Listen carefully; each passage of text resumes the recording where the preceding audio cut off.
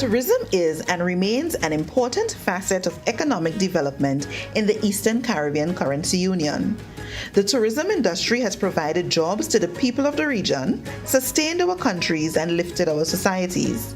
Even more so, for Grenada, Carriacou, and the Petite Martinique, tourism is considered a lifeblood. But tourism is more than sun, sea, and sand. Tourism may also derive from sources such as sports, health, or even the military.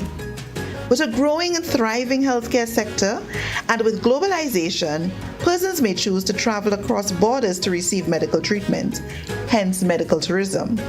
This desire to travel for healthcare is often motivated by lower costs, avoidance of long wait times, and access to better health services.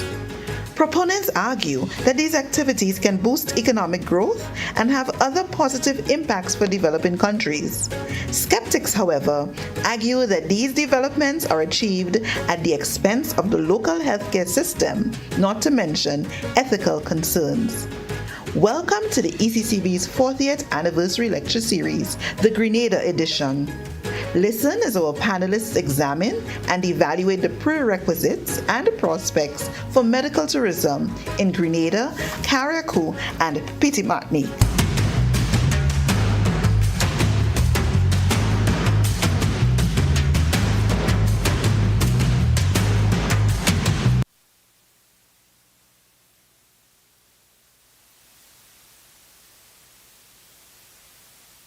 The Grenada Room at the Radisson Resort in St. George's, Grenada. It is the Eastern Caribbean Central Bank's 40th Anniversary Lecture Series, the Grenada edition. At this time, we invite the audience in the room to stand for the National Anthem of Grenada and the invocation.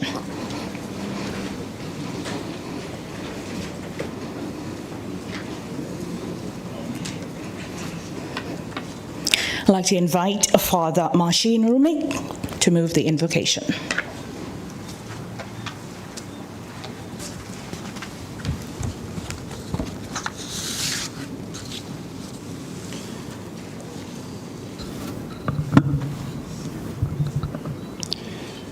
Both riches and honor come from you, and you rule over all.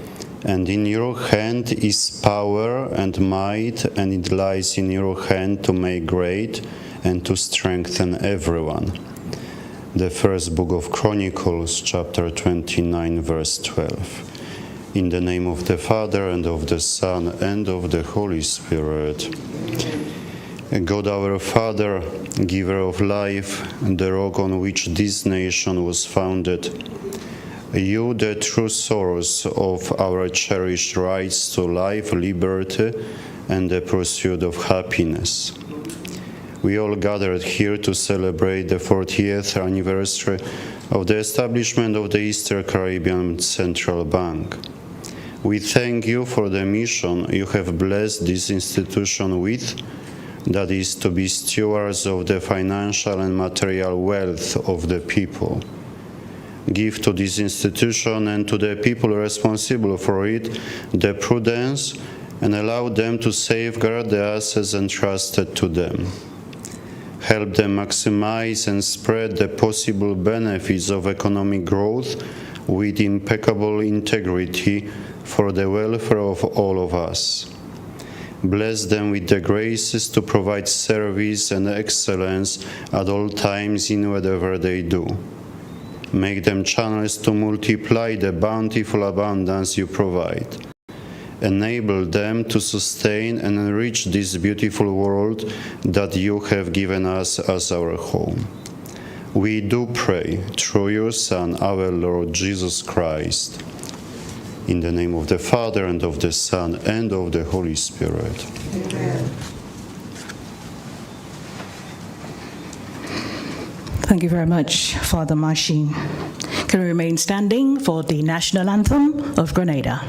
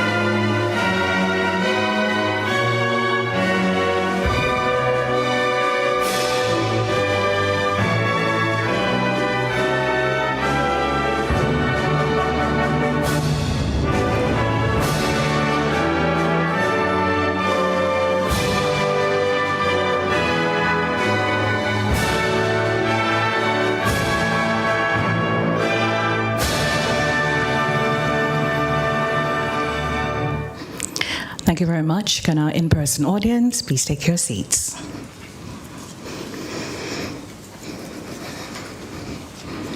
Governor General Dame Cecile Lagranal, Her Excellency, GCMG, OBE, PhD.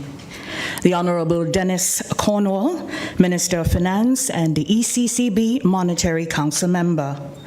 Members of Parliament throughout the Eastern Caribbean Currency Union, Dr. Decima Williams, President of the Senate, Governor, Deputy Governor, and officials of the Eastern Caribbean Central Bank, senior government officials, representatives from the financial sector, other specially invited guests, viewers, welcome. It is our pleasure to have you here, those of you joining us across the region of the ECCB Currency Union, and those of you who have joined us on Grenada Broadcasting Network, GBN Television, and all the other online streams. It is our pleasure to move the welcome officially from the ECCB, the country manager for ECCB Grenada, Mrs. Linda Felix Berkeley.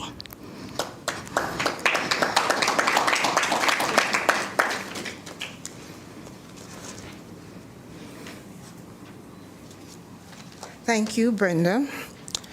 Good evening, Her Excellency, Dame Cecile Lagranal, our Mr. Cornwall, Honorable Mr. Cornwall, Father Martin, and everyone, our distinguished guests from the financial sector and beyond.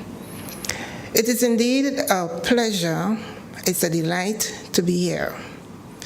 As we all know, a few years back, when the British colony, the British government released the islands, and each island were on their own.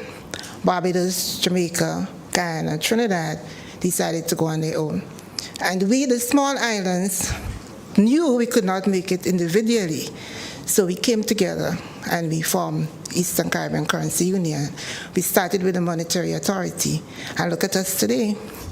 The Eastern Caribbean Central Bank is one of the strongest financial institutions, regulate our financial sector, make sure that everything is good. And this is what we celebrate, 40 years of being together, 8 countries, Anguilla, Antigua, Dominica, Grenada, St. Vincent, St. Lucia. That's us. So we are proud to celebrate 40 years, and that's why we are here today, to speak about it, to comment on it, and to relish it. So, and I just want to thank this gentleman and this young lady who decided to assist us in what we are discussing this evening. We have Richard Duncan, OBE, we have Angus Friday, and we have the lovely Brenda. And just to comment that Richard and I and Angus, we were all in the Institute for Further Education. So that's something we always, laugh at and so on. So to now invite Brenda to come take over. Yeah. Thank you so very much, Mrs. Berkeley. It is now our pleasure to move opening remarks from the ECCB, the ECCB's Deputy Governor, Dr. Valda F. Henry. Good evening, everyone. Welcome to the Grenada edition, the 4th in the ECCB At 40 lecture series, commemorating and celebrating our 40th anniversary under the theme Medical Tourism, Prerequisites and Prospects. I want to especially welcome our panelists, Dr. Angus Friday and Mr. Richard Duncan, and our moderator, Ms. Brenda Baptiste. The global medical tourism market in 2020 was estimated at US $54 billion, and it is expected to almost quadruple by 2027 to US $207 billion. The Honorable Prime Minister of Grenada, Duncan Mitchell, opines, people don't just travel for traveling's sake. They want an experience, they want to learn, and they want to experience something. And one of that something is quality medical care with a vocation. Prime Minister Mitchell also indicated that one of the goals of his government is to make Grenada the healthcare capital of the OECS. This evening, our panelists will explore the topic, looking at the opportunities and prerequisites to make Grenada the healthcare capital of the OECS, attracting visitors from around the world and obtaining a share of the more than US $54 billion market. Get ready to be enlightened. Welcome, welcome, welcome. Thank you so much, Dr. Henry. The Eastern Caribbean Central Bank, ECCB at 40, a year of reflection, celebration, and implementation, 1983 through 2023. This is the Grenada edition of the ECCB's 40th anniversary lecture series. Our charge here in St. George's is the exploration of medical tourism in a sustainable context under the theme, Prerequisites and Prospects, Blue, Orange, and Green Economy. Ladies and gentlemen, this lecture will focus on the prerequisites and prospects for medical tourism, which refers to travel for the purpose of receiving healthcare services. The panel will also explore the intersection of the blue, green, and orange economies as they discuss the importance of sustainable tourism. And now, let's meet our distinguished panel, minted right here in Grenada, pure Grenada, the spice of the Caribbean. Richard W. Duncan. Richard W. Duncan, OBE, is a retired banker and former managing director of Grenada Cooperative Bank Limited. Richard holds a BSc in Economics and Accounting from UWI and a Master's in Public Administration from Carleton University. He is a fellow chartered professional accountant and fellow certified general accountant and an associate of the Institute of Canadian Bankers. He is an accredited director and a fellow of the Chartered Governance Institute of Canada. An economist and accountant, he joined the Grenada Cooperative Bank Limited in 1996 as its financial manager. He previously worked in the Grenada Public Service in the areas of public policy analysis, debt management, public finance, and public sector investment programming. Richard has made meaningful contributions to the discourse on public and private finance, banking, and bank regulation in the OECS. As a presenter, writer, and discussant at several regional and sub-regional conferences and seminars. In 2008, he was honored as a distinguished graduate of the University of the West Indies in commemoration of its 60th anniversary for his contribution to financial services. And in 2022, he accepted the award of Officer of the British Empire, OBE, from Queen Elizabeth II for his services to banking in Grenada. He serves on several boards. His current directorships include Chairman of the Grenada Citizenship by Investment Committee, CBI, Director of Caribbean Financial Services Corporation, and Eastern Caribbean Partial Credit Guarantee Corporation. He gives back to the community at home and abroad as a Rotarian. Being a past president, he is chairman of the UWI Open Campus Finance Committee and is a member of the OECS Nomination Committee of the Anthony N. Sabga Caribbean Awards for Excellence. He is married to Petal with one daughter. Ladies and gentlemen, Richard W. Duncan.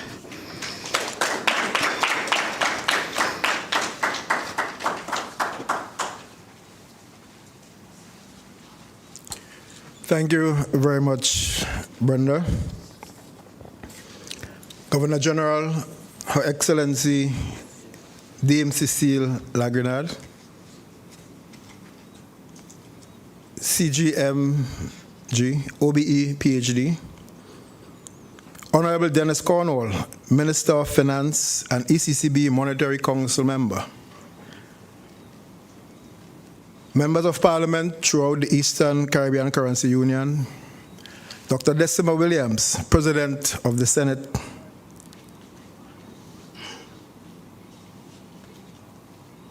Deputy Governor of the ECCB and officials of the ECCB, senior government officials, representatives of the financial sector, and especially invited guests, viewers in cyberspace.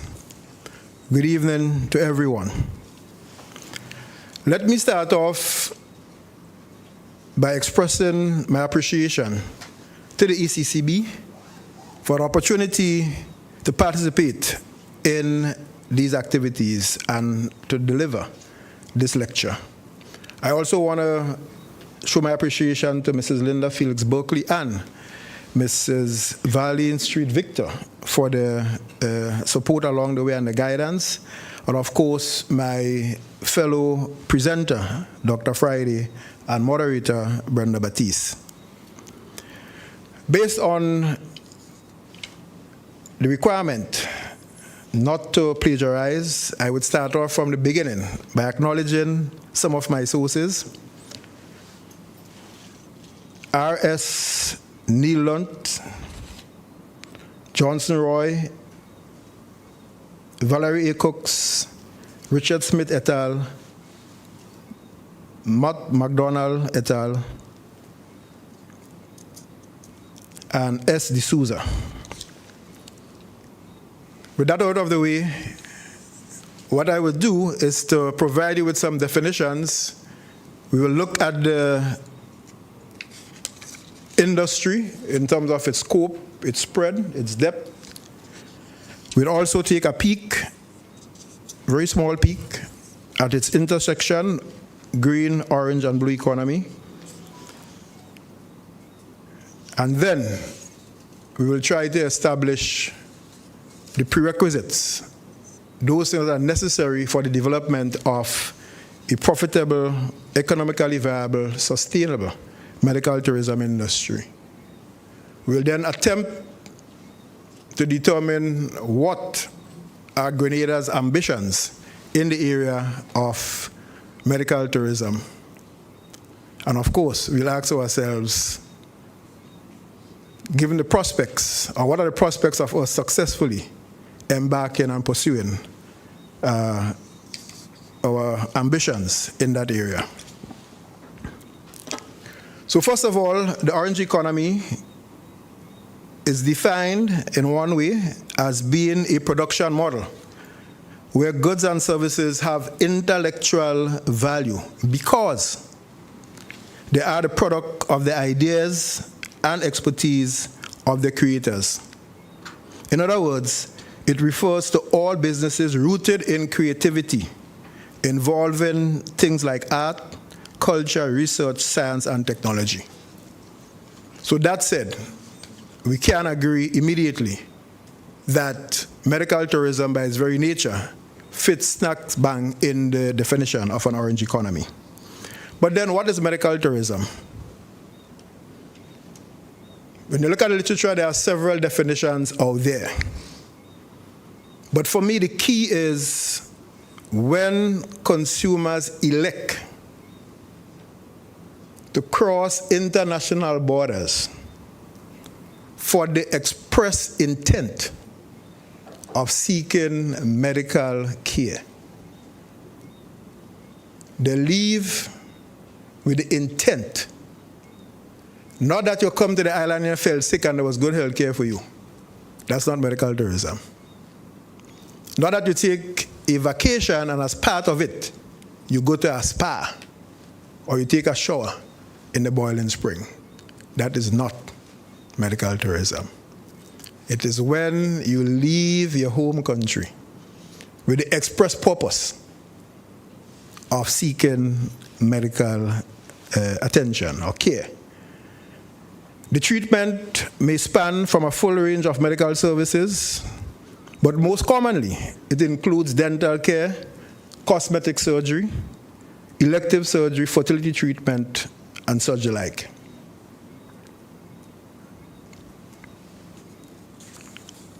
The green economy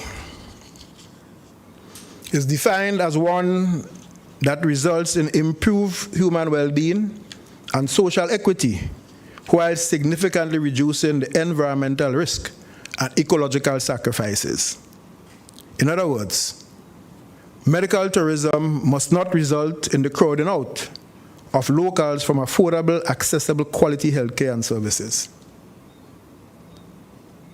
If that happens, we can conclude it is not in harmony with what is understood to be a green economy.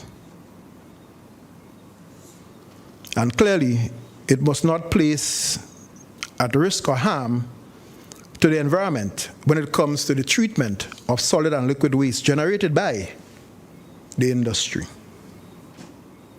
And of course, the inputs into the medical tourism industry, the nutritional inputs obviously, should come from high quality, reliably supplied, local, organically produced foods.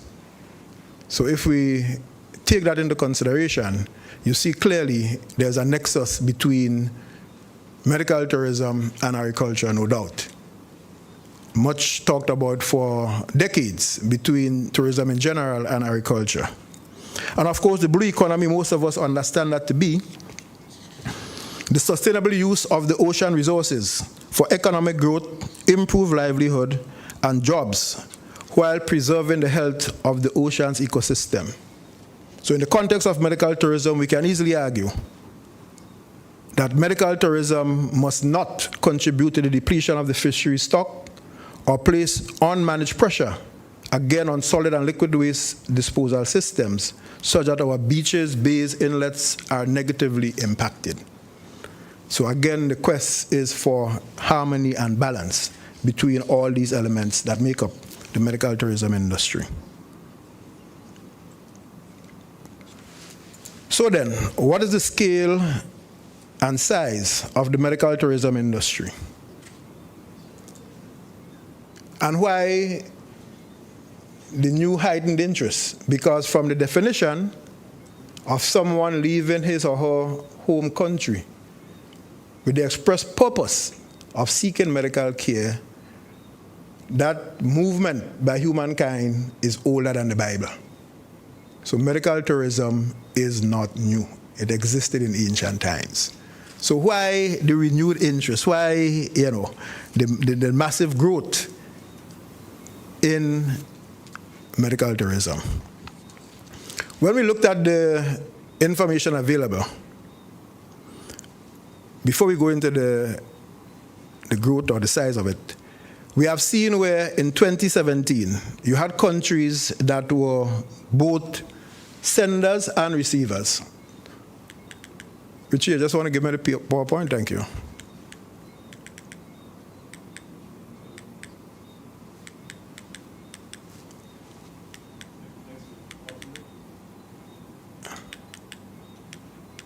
All right, so it's not responding. So, for example, the USA was a major recipient of medical tours, right? But they were also senders to other countries. France were recipients, they were senders as well. Belgium. Thailand were recipients. Jordan was, Turkey, and most recently in a big way, India. And the senders remain US, France, Belgium, Kuwait, Nigeria, Netherlands, Oman, Canada, to name a few.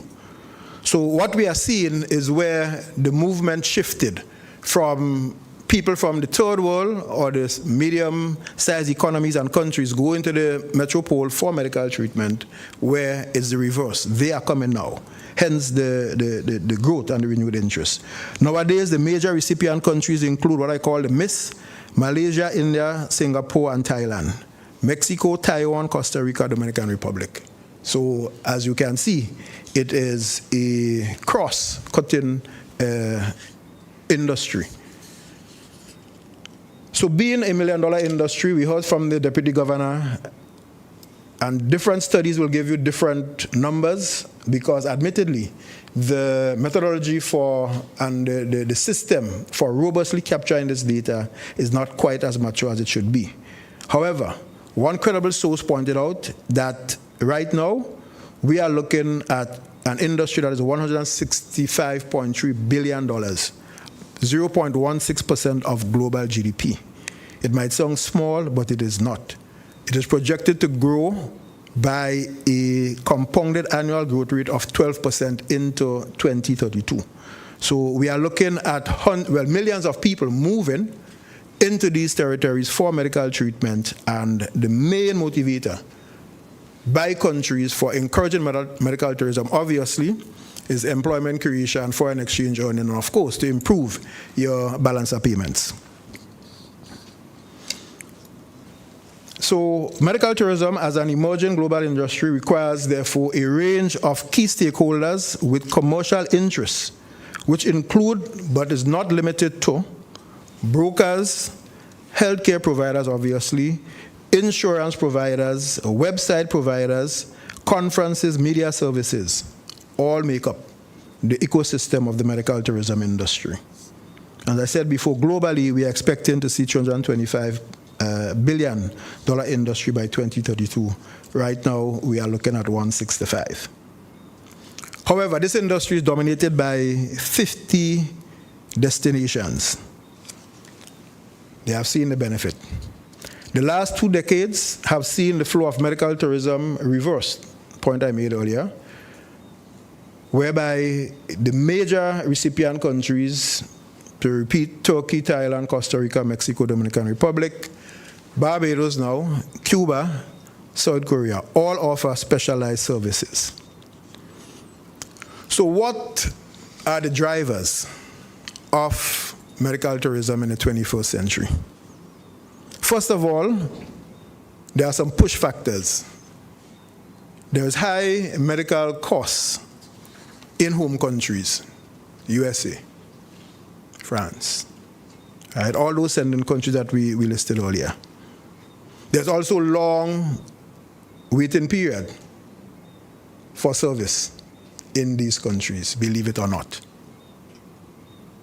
And of course, I think another push factor might be that some services on the reproductive care side is illegal, is the word, right? In some jurisdictions, so you could see where there will be interest in those countries that can do legally these procedures that are otherwise outlawed in home countries. And then we have the pull factors, of course, where there's low cost of treatment. There's also the new enabling infrastructure in the receiving countries. This includes affordable, accessible travel. One might say, no, that is a pre-COVID, idea. But I think we are returning to pre-pandemic levels in terms of the movements of people across the world. And we could speak to Grenada itself. I mean, JetBlue comes in not half full, but full most of the times, and likewise when it goes back out. Not that it is affordable, but people can afford it, if that makes sense. People who want to travel will find the money to travel. Also, readily available information over the internet and the deliberate state intervention to build out the physical and non-physical infrastructure for medical tourism. So the internet is what it is, but governments have put in place mechanisms to draw and to build out that particular industry. So therefore the question arises, what are the things that must occur first and foremost, or even simultaneously, to build out a competitive medical tourism sector? In other words, what are the necessary and sufficient conditions, as the economists will say, for an economically viable and profitable medical tourism sector? We can put the question a third way. What are the things without which there can be no competitive medical tourism sector? And yet still, for those of us who remember a Latin phrase or two, we say sine qua non, without which. Is that pronunciation right? Sine qua non, yeah? A little Latin. From our study of project management and from reviewing the experiences of successful jurisdictions in this industry, the building out of a viable, profitable sector requires, obviously, a solid foundation. There are therefore 10 prerequisites. I'll just list them very quickly. First, there must be a well-defined national strategy with clear rules for government and government agencies and, of course, the private sector and public-private partnerships. A predictable and enforceable medical legal framework speaking to the quality of care, redress, liability, and litigation, because things that can go wrong do go wrong. Smooth functioning mechanism for relevant stakeholder collaboration, deliberate and purpose-driven training and development in terms of international standards. You need to train the professionals that you want in the industry. Of course, quality professionals with international experience, accredited medical institutions, especially those that will play a significant role in service delivery, a la the hospitals. Quality information, advertising and marketing, trained, certified, and regulated brokers, and travel insurance. If the aforelisted elements are not in place to buttress an embryonic, emerging, and thriving medical tourism industry, the efforts would falter and become uncompetitive and eventually fail. Given the foregoing, the next logical question is, can Grenada potentially successfully pursue the build-out of an economically viable and financially profitable medical tourism sector? In other words, what are the prospects? What are the likelihood, or what is the likelihood of this happening? The answer for me is very simple. It depends on us. It really depends on us. First, we must believe, then we must conceive, and finally, set out to achieve. And here I take my favorite line from Sir Eric Machu-Gary, who advocated, the difficult we must do right away, because the impossible will take a little while. The question is, therefore, what are Grenada's ambitions in the area of medical tourism? Given our ambitions, what is our pathway to success?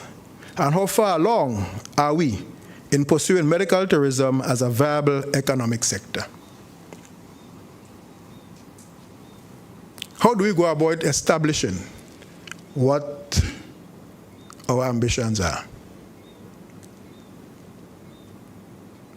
I believe that you have political parties that are contending to tell the people what they believe they are understood as to the aspirations of the people.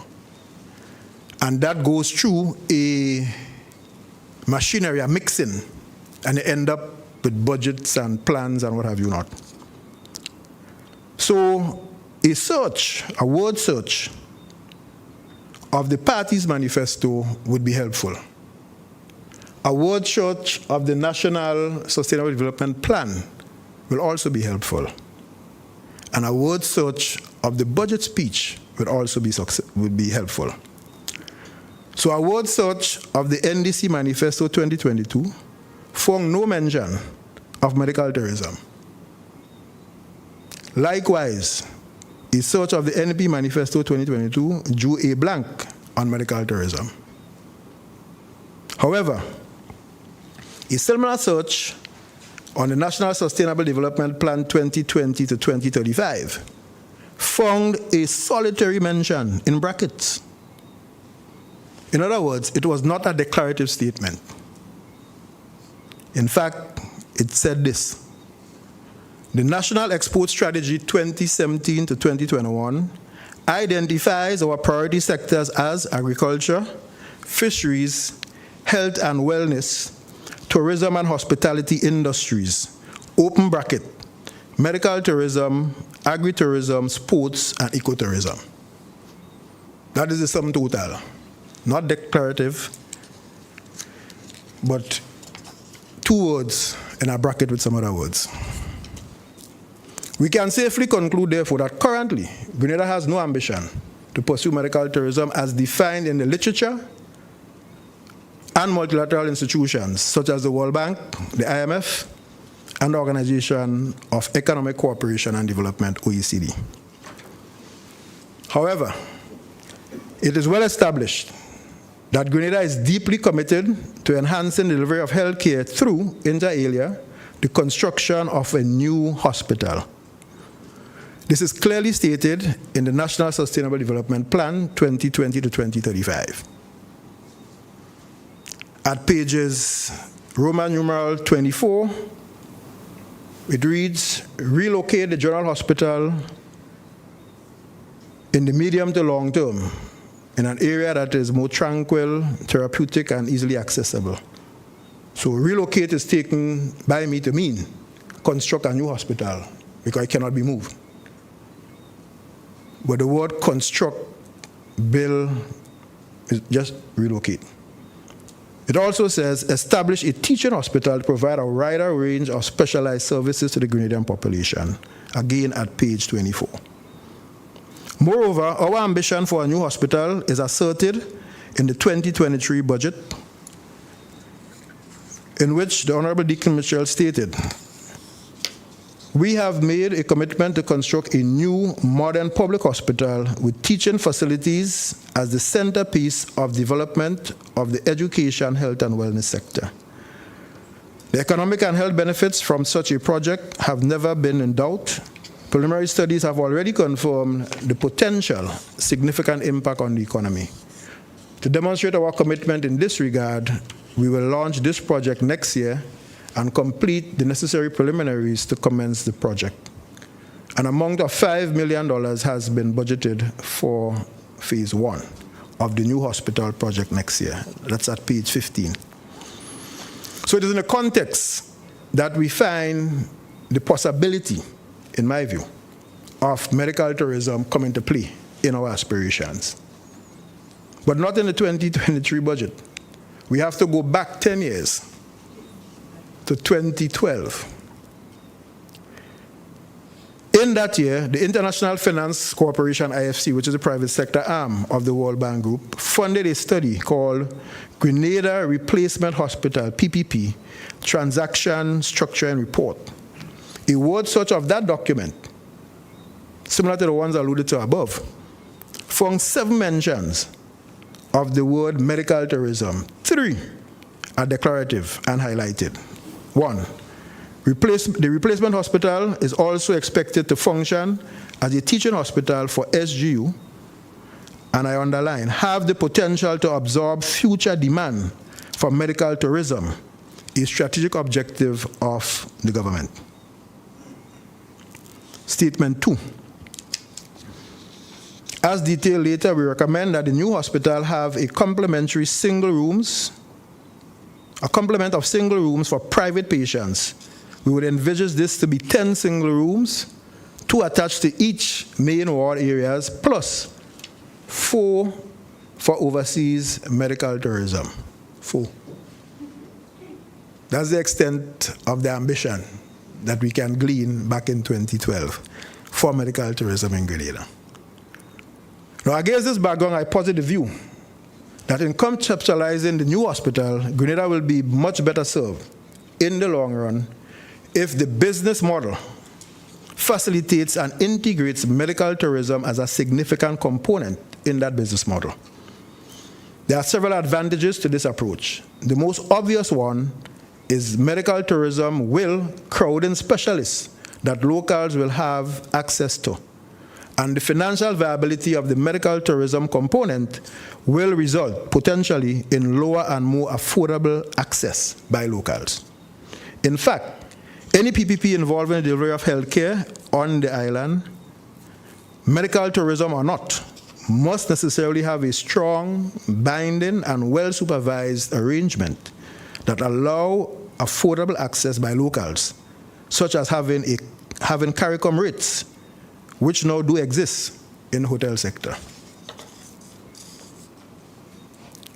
To my mind, we are now at an inflection point, meaning that the demand for and the commitment to deliver the new hospital suggests that we can rethink the ways in which we pursue accessing and delivering healthcare. That radical rethink, for example, can be if we truly build out our primary healthcare system, it is possible to have resources freed up for hospitals or the main hospital to genuinely deliver such secondary and tertiary care to our patients. That's how we'll get the billing, to my mind, the medical tourism component. But more importantly, I don't think we should look at the new hospital as singularly for the delivery of a social service to the population. When the international airport was built, it was not built for when Grenadians are going away or when Grenadians want to come back home. It was built as the gateway to Grenada's economic future. We happen to leave on it every now and again. The bulk of the people who are using the international airport are not Grenadians. That is where the viability of the airport comes from. So I'm suggesting that if we have a radical rethink, yes, you need the hospital. Yes, access is primarily for your people. But if you want a viable, to me, hospital that could contribute also to economic development and growth, you need to have that mix and to include a medical tourism there. So it's probably timely that it was not built 10 years ago or 15 years ago, and medical tourism was not maybe the big thing.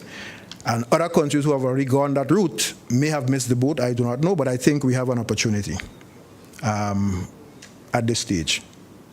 So earlier we listed 10 prerequisites. I now assert that and hopefully prove that we have some of these in place, or we have the capacity to bring them to fruition with relative ease.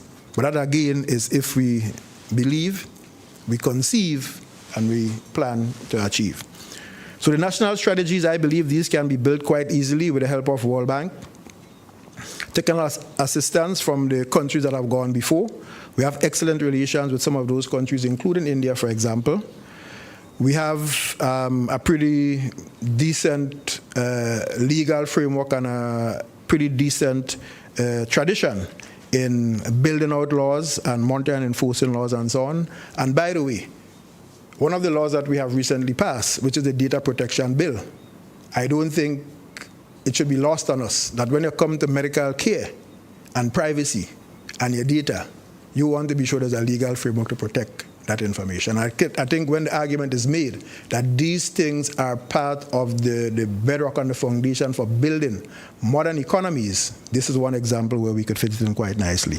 And of course, there are people in the region, in my view, who will be saying, if only we had SGU on our island. The islands in the region with medical schools, several of them, when put together, cannot make half of SGU in terms of the student intake. So I'm saying that we have an excellent opportunity to partner with SGU. I'm also arguing that the SGU alumni is pretty large after 30-something plus years of graduations. And I think SGU is documented as the largest offshore medical school producer of doctors in the United States. I say that without fear of contradiction. I cannot quote the exact section of it, but that is one of the realities. So it seems to me that Grenada has to determine at a very high strategic level whether or not it desires to pursue medical tourism. If the answer is in the affirmative, then the high-ranking multidisciplinary interministerial task force should be charged with the mandate of defining and refining what our medical tourism offerings should look like and map out how it is these goals will be pursued and accomplished. Very early in the journey, a private sector-driven, government-funded, in the initial stages, medical tourism association should play a lead role in shaping and molding the said strategy.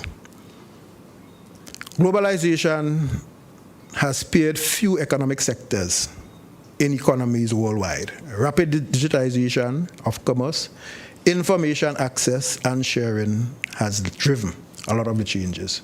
The demand for the production of and consumption of healthcare services continues to mushroom owing to the international travel, accessibility of health information online, and easy consumption of the said information.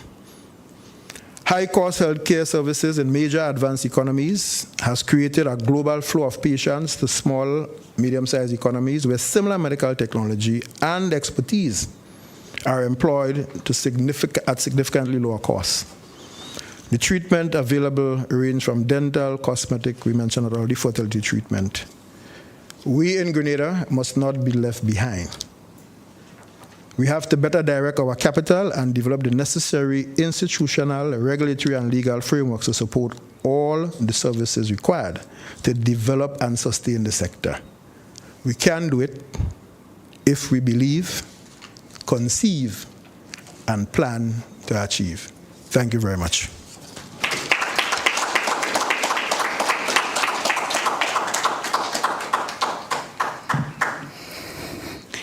Thank you so very much, Mr. Richard Duncan, our first panelist. Let's hear it for him again.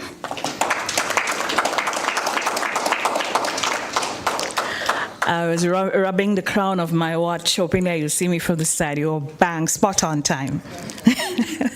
Well done. Our next panelist is Dr. Angus Friday, MD, MBA. Angus is an international island economy development specialist, helping to finance island nations by sustainably harnessing their natural assets and comparative advantages. A qualified medical doctor with an MBA, Angus represented Grenada as its ambassador to the United Nations and to the United States, Canada, Mexico, and the Organization of American States.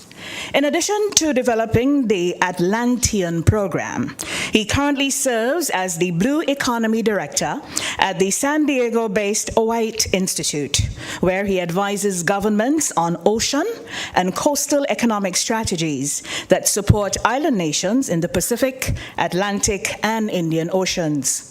During COVID-19, Angus served on economic advisory committees to recommendations to the government of Grenada, to provide recommendations, rather, to the government of Grenada.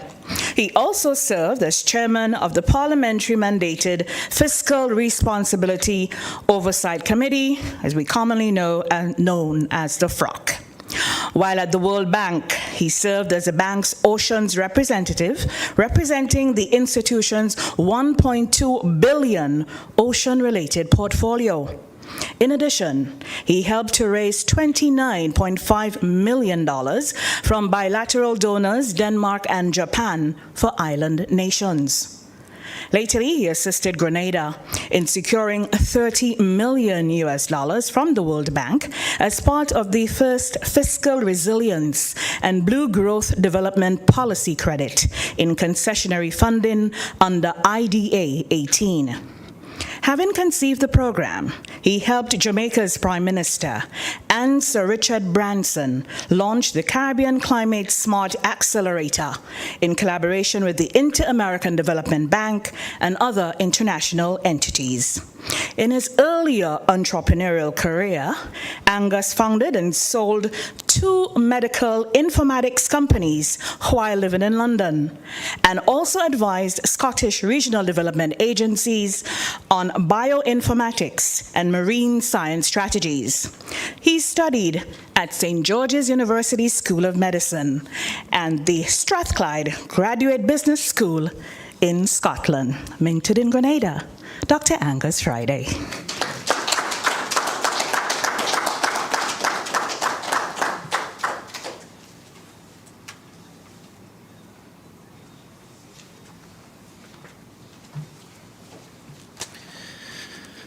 Thank you very much for that very, very warm welcome. Excellency, Governor General Dame Cecile, Excellency Decima Williams, Minister Cromwell, former Minister of Finance Gregory Bowen, protocol having been established, we can jump right in. But let me say, first of all, start by saying a very special thank you to the ECCB for having us. If I can have up the first slide, please.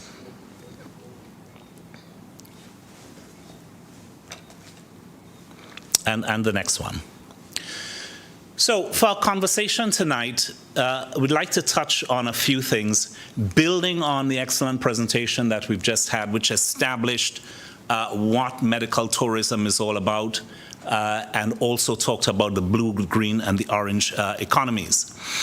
And we want to start by just stepping back a little bit and thinking about some of the opportunities and challenges that we face, and the strategic imperatives that come out of that, and as a result, why diversification of the economy is an imperative for wealth creation.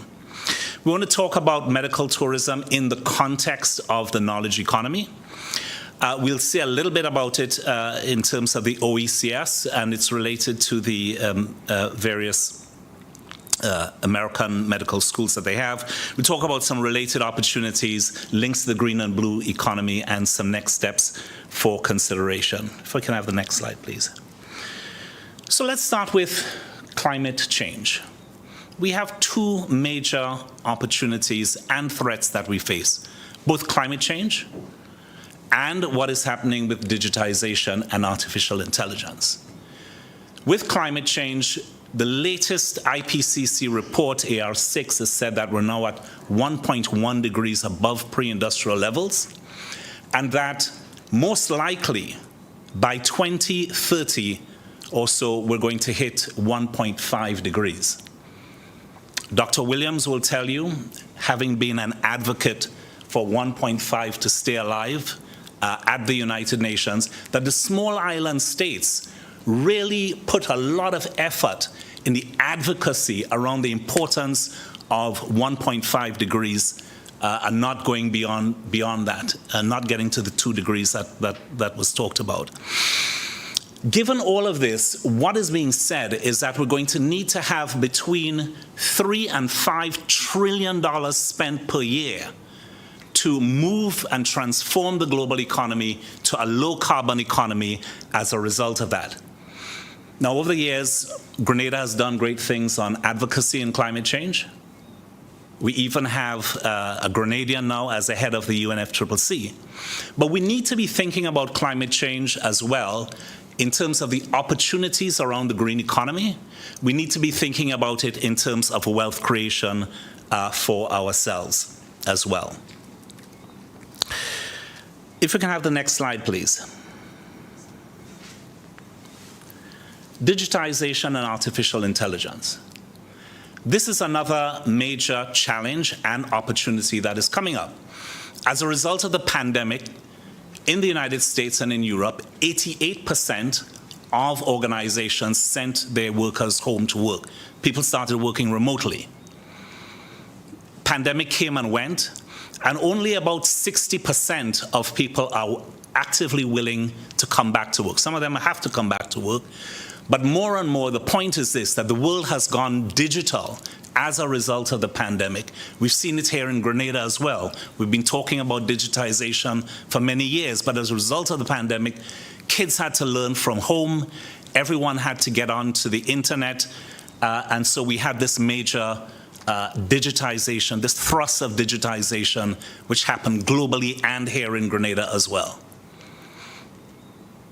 Building on that, we now have artificial intelligence. As of November last year, an app around artificial intelligence called ChatGPT-4 became the fastest growing bit of technology ever. It went from 0 to 100 million users in 2 months. Things like WhatsApp and so took a couple of years. Mobile phones took about 16 years to get to 100 million users. So this is happening very rapidly. Very quickly, a quick show of hands, how many people actually use ChatGPT? We have a few in the room. My friends, when you go home, download ChatGPT and to understand this new artificial intelligence technology. It is frightening. As a result, as just yesterday, in fact, a whole range, over 1,000 technology leaders have basically put out a statement to global leaders saying artificial intelligence must now be a priority alongside nuclear war and pandemics in terms of human extinction possibilities. So artificial intelligence has both huge opportunity. I use it now to help me write papers, and so we get through it actually very rapidly. It gets you started. Kids are using it for their homework now, but it has some challenges as well. And if I could have the next slide. And all of this perhaps is a great backdrop for some of the key strategic imperatives outlined by the governor of the ECCB at the start of this lecture series. And that is, we need to be thinking about wealth creation, food and nutrition security, energy security, and digital transformation. And so what we're going to be talking about tonight in terms of medical tourism links with orange, blue, and green economy is going to be related to these strategic imperatives. If we can have the next slide, please. So, first of all, it's important, and we've seen this in the pandemic, we need to diversify our economy. Grenada at one point was the second largest producer of nutmegs in the world. That we've since fallen away. We need to be thinking about the core industries we have and how we build on these. The medical industry is a key area. And the previous speaker pointed out to the fact that we have SGU here in Grenada. I actually want to build on the point that he made. In fact, SGU has provided 1 in every 100 doctors practicing in the United States. It is the single largest source of doctors practicing in the United States.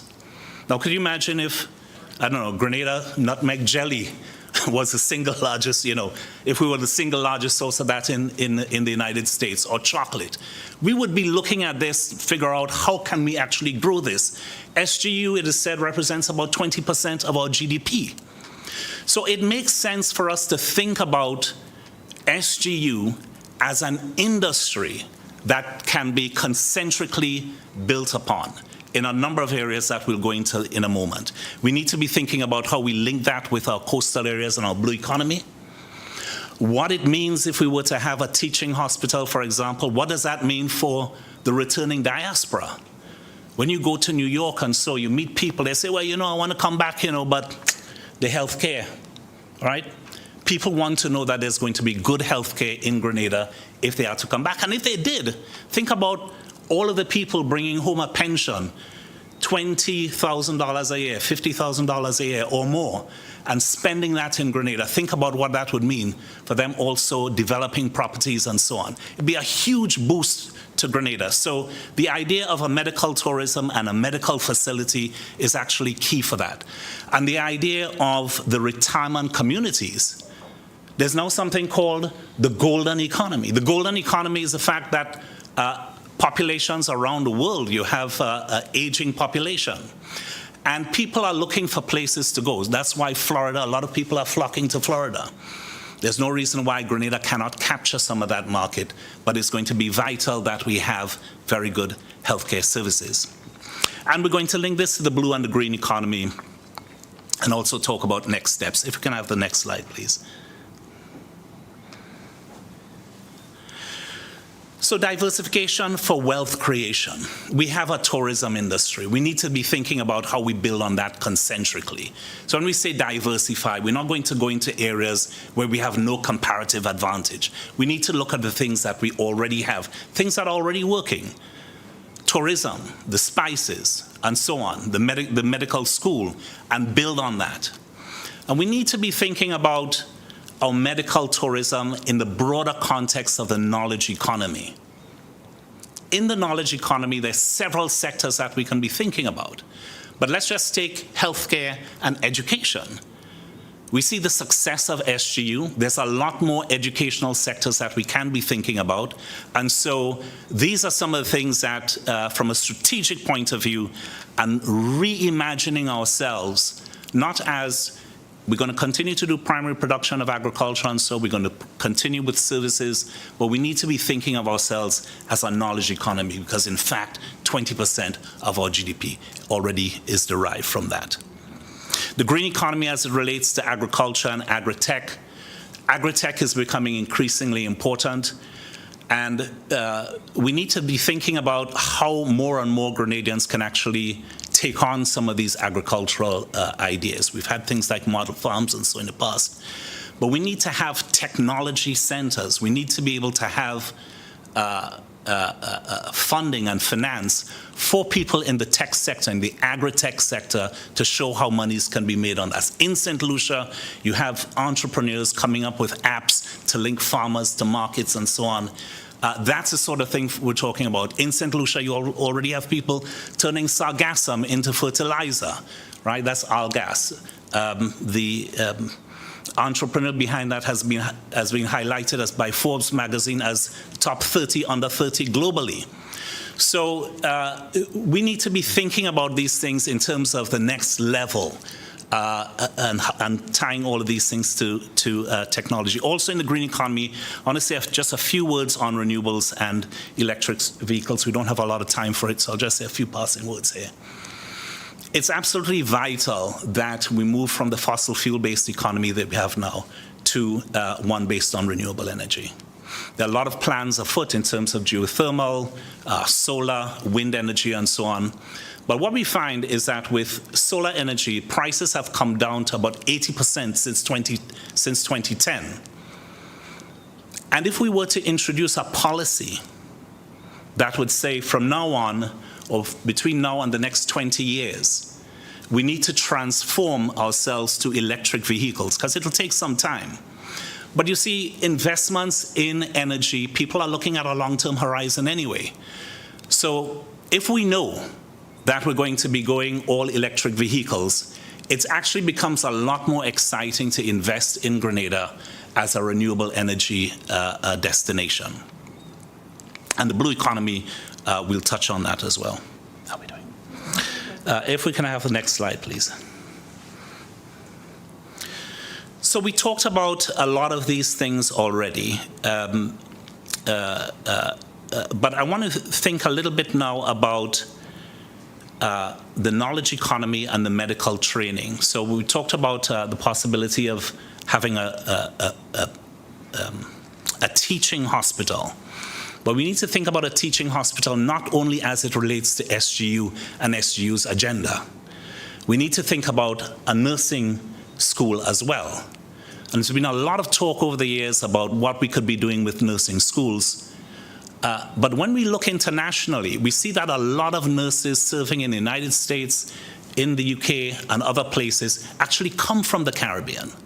And so similarly, using a teaching hospital for doctors, for nurses, but also for other medical technicians, we can actually build up a cadre of professionals that can go internationally, send remittances home, but also have a core cadre at home to deliver healthcare, excellent healthcare in Grenada. Medical back office and front office is also possible, but we need to see what is happening with artificial intelligence and how that's going to be impacted. So by back office, what we mean is, all the medical forms people have to fill out for the insurances in the States, and so how those things get processed. A lot of those things have been outsourced to countries around the world. But it's quite possible with artificial intelligence that many of those jobs will go away. So we need to look at this space a little bit carefully and see what we can do. But around health and wellness, so a previous speaker said, well, health and wellness, if you go to a spa, so it's not quite medical tourism, because we want to focus on the hardcore medical tourism. But there is a related role for health and wellness tourism related to things like medical herbs, chocolate therapy, geothermal treatments, and so on, because these are things that we actually have here. And related to that, also tie that into agricultural tourism. Next slide, please. So what would be some of the key developments, the core developments around this medical tourism idea? We would like to suggest that, and I think the previous speaker already spoke quite a lot about the teaching hospital. So the IFC done a huge amount of work on looking at how to actually finance through a PPP arrangement a hospital. They're actually a little bit upset with both Grenada and the World Bank when that didn't go through because they expended some money on all the studies and so on. They would actually be quite happy to restart those conversations based on some conversations I had with them just a few years ago. So this is something we need to think about. We have a Hostialic here in the crowd this evening, and his brother Ralph worked on something called a medical park idea. When we think about some of the ways of wealth creation around the world, let's think about Silicon Valley. Silicon Valley is based on the fact that you have Stanford University as a core academic institution, and around that you have a whole range of industries that have come out of that. Starting with Fairchild Semiconductor, that company then begat lots of other little companies, and they all went to Stanford University for the knowledge aspects of that. So when we think about this, we need to think about SGU, a teaching hospital, but a wider area and a set of policies that will actually encourage people to invest in related ancillary services. So going beyond things like diagnostics to actual products that you can make from in the medical space. So medical park, I think, is important in terms of how we think about where we position this, what happens in the vicinity. Health and wellness training and financing facility. A lot of existing hotels would say, well, how can we participate? So what training do we actually have for them in terms of health and wellness and showing them how to do that? And is there a financing facility that will help them to move into that? All of these things are going to help to brand Grenada as the destination for medical tourism, for healthcare. It'll make us the health center we're talking about. Now, I just want to go a little off-piste a little bit and talk about a couple of related things. And this all comes under the idea of the knowledge economy. And that is conferencing, performing arts, and performing arts. Now, we just had an amazing Orange Economy conference here in Grenada. And for those of you who saw it, I think everybody was extremely impressed with what came out of that. So what's the next step? What are we going to say next year when people come back to talk about Grenada and the orange economy? One of the things we could be thinking about is the scope for having a conferencing hotel that is actually linked to a performing arts center. Because you can have spaces where massive theater spaces that can do conferences and can do performing arts, one by day, another by night. And I'll show you a couple of ideas for that as we get further in. Linked to wellness, medical health and wellness, we have fitness. And so we need to be thinking about a sports city as well as a key investment. And we'll see a little bit about that, and we'll talk about, and also the upgrading of the international airport. I'm not going to say much about that, but I think if we want to get a certain caliber of people coming to Grenada, when they arrive, they need to feel a sense of confidence that they've made the right decisions, and there are things that we could be doing at the airport. So some of the prerequisites, I think, to get this up and running would be site identification. The work that was done by IFC, the site that was identified is in that Calavini area. Now, is that the best place for medical tourism? Not sure. Ideally, medical tourists want to be close to the ocean. Even better if you could, be in your suite and have a view of the ocean. So we need to be thinking about the placement of this very carefully. And with the teaching hospital, obviously all the different services that can be related surround that. National health insurance is also going to be critical. And work has already been done in terms of national health insurance. It's a difficult one. That's a difficult one, politically tricky one, but we need to find a way to make it happen because we need to have a much more predictable way of collecting money related to healthcare and ensuring that everybody has access to healthcare, when they need it. And repurposing of the existing hospital site, I'll say a few words about that as well. So making it happen, national health insurance is quite key. We have a transformation fund. We have something called CBI. We need to be thinking about how CBI, in my view, how CBI is actually helping us in terms of our development priorities, and not only the development priorities of international investors coming to build hotels and so on. CBI actually could do a lot more in terms of our core development priorities. Repurposing the existing hospital site is important. The IFC recognized it as one of the areas that you can actually use to finance the new hospital. So they put a value on the existing hospital site. I think it's about 30 million or so. And if, depending on what you want to do with that site, that can actually be used to help finance the hospital.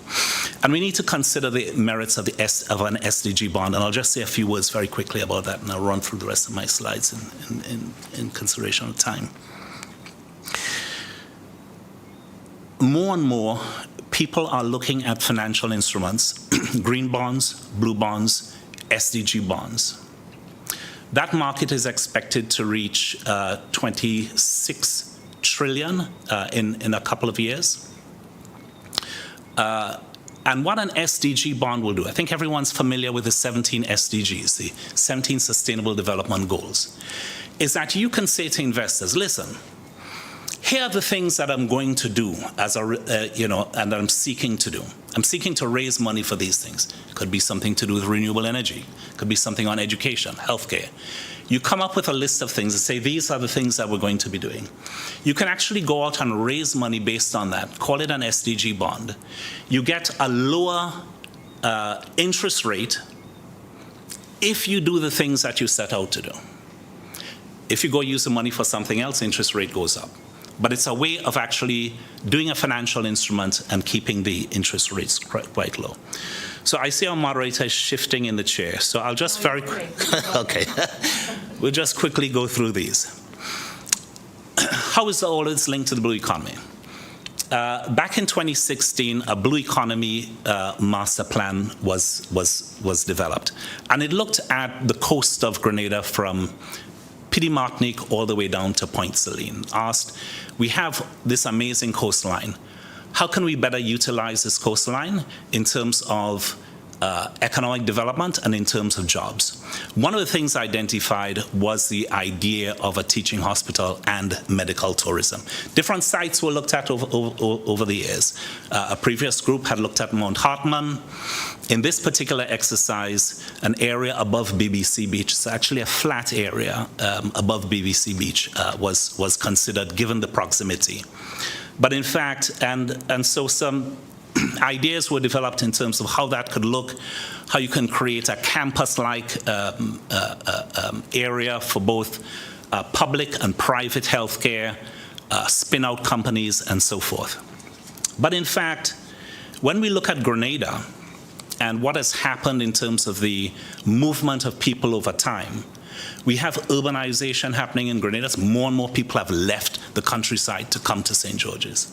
And within St. George's and in the south, people are actually moving east. And this is some work that we did with New York University as part of the Climate Smart City.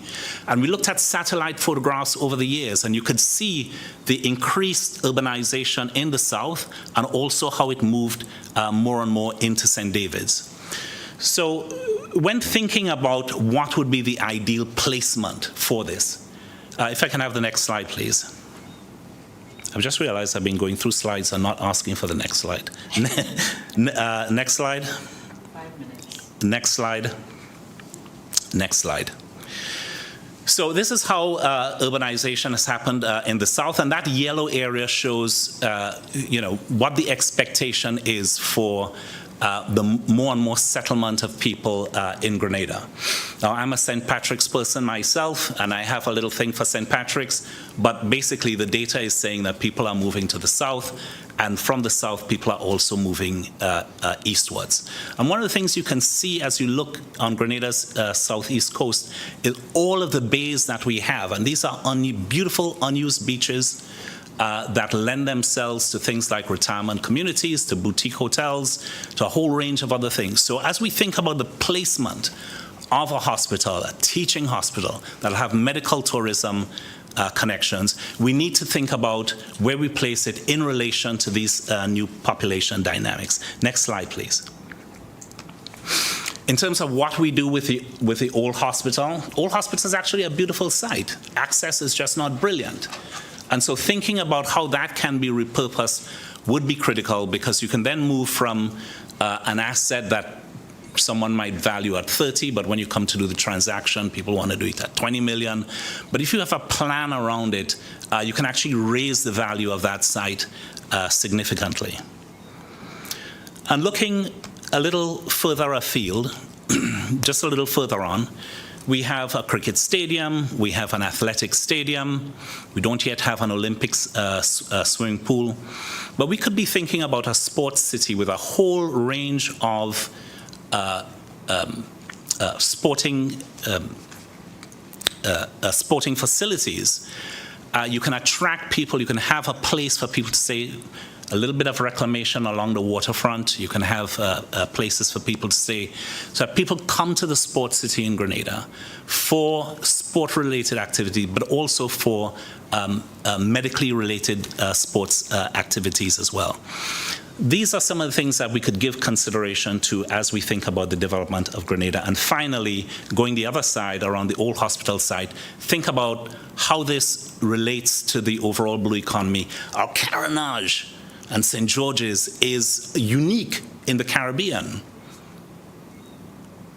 We need to develop this in a way that's going to be sensitive tourism. So as we think about what we do with the old site, and think about the connectivity all the way through to the carénage. Irina Koska, next slide please. Irina Koska did some work thinking about how the carénage could become a cultural center. This is the orange economy, a cultural center with things like a house of art, house for performance, for dance, for music, and so on. And then some work done by New York University also looked at another part, next slide please. Also looked at another part of St. George's and looked at how you actually prepare it for climate change. So if you could just jump 2 slides to the next one. So I just want to say something very quickly on this one. So this is some work done by NASA looking at how St. George's, next slide please. This is some work done by NASA at what would happen to St. George's over time. It looked at how storm surge affected the carénage, but it looked at sea level rise. And this was actually done by physically putting depth gauges and tide gauges into the carénage, measuring it over time, sending all of that data to NASA. NASA did the research, and they said, listen, here's where you're going to be at 2030, here where you're going to be at 2050, here where you're going to be at 2080. At 2080, most of the carénage is underwater, which is why we need to be thinking about that area anyway in terms of how we develop and preserve it. Next slide, please. And this is what the 2030 picture looks like. So the first one is, if you're by Rennick and Thompson over there, you can see how you're a little bit underwater. And the second one is if you're over by the post office, by the, I say the post office, you know what I mean, the old post office, the financial ministry building. This is where, sea level rise will take us. So an integrated plan around some of these things is going to be critical. We don't just think about the medical tourism and the medical park, but we need to be thinking about what we do with the old hospital site and that entire carénage area. And finally, next slide, please. For knowledge tourism, we have a spot in Grandance where we have a trade center. It's not used all the time. We have an unused SGU site. And so I'm just going to walk over here to make sure everyone can see this. So what we're looking at here, this is Spice and Mall here. This entire site here, this is where the trade center is, and it's actually adjacent to the SGU site. These two sites can be combined, potentially, to create a conferencing hotel, a knowledge center, and a place for performing arts. What it means is that all of the hotels in the area will benefit when you have events and so on, and this will actually help to build up the orange economy of Grenada. So, final three slides, Madam Chair. In making it happen, next slide, please. Next slide. We need to be thinking about national health insurance, how we can harness the Transformation Fund and CBI, repurposing the existing sites, and the merits of the SDG bond. And next slide, please. A previous speaker spoke about the importance of bringing together a sort of public-private working group to start thinking about this. And what that working group could potentially do is do a mapping and analysis of the offshore medical industry, looking at the key sectors that would be, and the key areas that would be relevant for Grenada, so the teaching hospital, medical tourism, nursing school, all of these things, conference tourism, wellness tourism, possibility of clinical trials, medicinal herbs, and blue biotechnology. On blue biotechnology, just to quickly let everybody know, the first successful treatment for HIV/AIDS actually comes from a Caribbean sea sponge found in Jamaica. So we have lots of things out in the sea as well that can be used. And next slide, please. Yes, now that's one. So we need to figure out what the priorities are going to be, what a sequencing might look like, what is the business analysis, so what revenues can be generated. I very much agree that we need to be thinking of the hospital not as a cost center, but as a profit center. So if you think about it for medical tourism, the same way we benefit from SGU, SGU largely serves people from abroad, but Grenadians benefit as well. I happen to be one of them. But many Grenadians have been through SGU. But if Grenada set out to do a university just for Grenada and for Grenadians, it may not have been a profitable proposition. So I very much agree with the analysis of my colleague on that one. The financing plan and work going back to the World Bank and the IFC, a lot of work's been done already on this teaching hospital idea and finding out from them, how can we, think about how can we pick up from where we left off potentially. Next slide, please. And thank you all very much.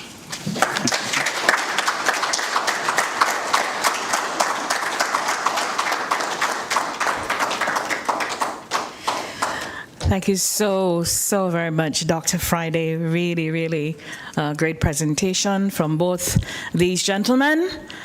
Shape-shifting information, really and truly. So now we're about to have some shape-shifting discussions, and we turn it over to the audience, of course, our virtual audience, and those of you in-house with us for questions. The information is so rich that we really couldn't cut the panelist, and so, yeah, they had me doing a really long synopsis. But I'm going to cut my synopsis, and I'll find a way to get what I need to get through to them, probably in the questions and so on. So in the interest of time, because we're working with time here, we're going to move directly to our questions. Those of you in the audience, we invite you to stand at the mic. Identify yourself. If you're representing an organization, you can do so as well, whoever you are, and ask your question of the panelists. Those of you online, please fill your questions, and they'll come in through me, and I'll take care of those. So I'd like to I'll first invite those present with us in the audience here to field the first question. Go right ahead. The mic's right there. Yes. Thank you. Good evening. Dr. Friday, great job, especially with the SDG bonds, which you mentioned there. I think it's absolutely fantastic. And this being something from the ECCB funded here, and I guess members of the ECCB could give better guidance to this. Has the ECCB actually even looked into something like that already, of creating a sort of bond structure where we can lead by example to others, especially seeing the SDG number, I think it's number 3 for health, in creating these sort of special bonds that we show others that if we are pushing in that direction, we can get lower interest loans for companies looking to promote medical tourism in this region, working with the ECCB. So I don't know who would be best to answer that, but yes, I would love to see that. Thanks. Well, I think ECCB can answer that question, but let me just say one caveat, with the bonds. First thing to say is that green bonds and blue bonds have just escalated. I think already in the last few years, I think $2.2 trillion worth of green bonds have actually been conducted. And we're expecting so climate-related finance and all of that to get to the hope is to get to 5 trillion, but it's looking like we have to get to at least about 4.2 trillion to meet the climate challenge. Now, as island states that are exposed to climate change, highly indebted, and so on, the thought of taking on more debt is always going to be, a difficult one. So, what has happened is that people are looking at bonds linked to debt swaps. So you do a debt swap, and you basically do a bond to cover the debt swap. So that is one way of sort of managing the difficult fiscal situation. Having said that, the key metric you're looking for into taking on debt is debt to GDP ratio. So if you can make the case that this debt is going to massively increase your GDP over time, then, and I think that case needs to be made, then I think more island states should be looking at some of these instruments. But this is after you've exhausted things like, highly concessional IDA funding, IDA finance, which you could get at 2% for the first, you got 10-year moratorium, then 2%, for year 10 to 20, and then 4% for year 20 to year 40. So you want to exhaust some of those, lower hanging fruit in terms of lower cost of capital first. But ECCB is in the room if they want to add to that.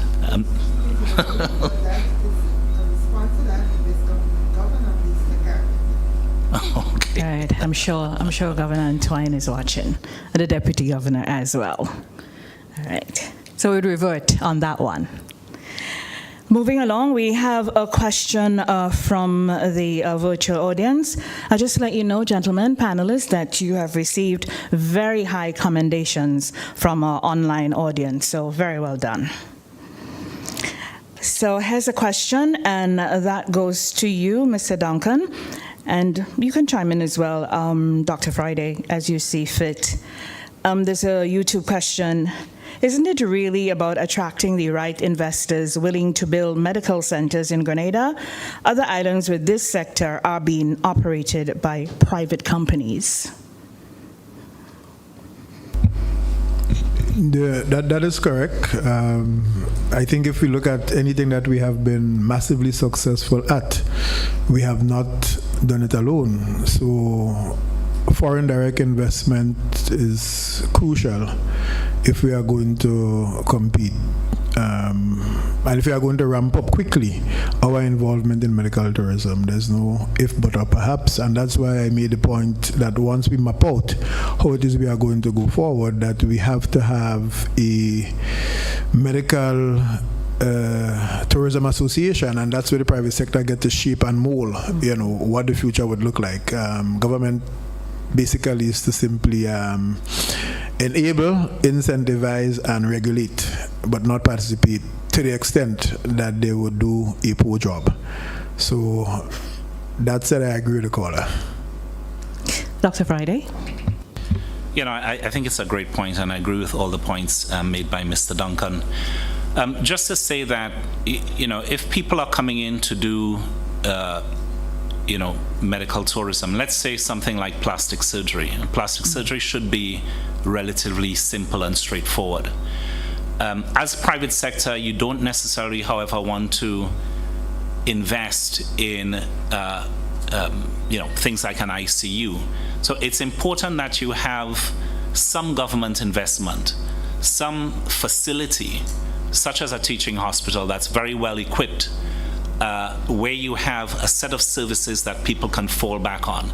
Because, you know, if someone goes to, I don't know, do something to their ears, or, you know, doctor makes a mistake, you know, you need to have the backup medical facilities to support the worst case scenario. So it actually helps to have government investment and private sector investment as well. Thank you very much.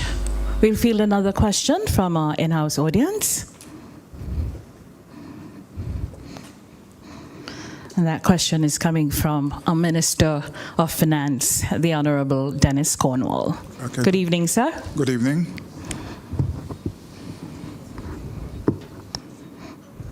Okay, let me start by congratulating the board presenters.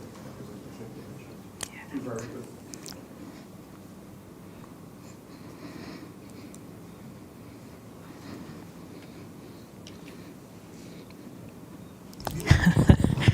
They've left you mic-less. On its way. Okay, so I'm repeating myself again. I think I must congratulate the board presenters for two very good presentations.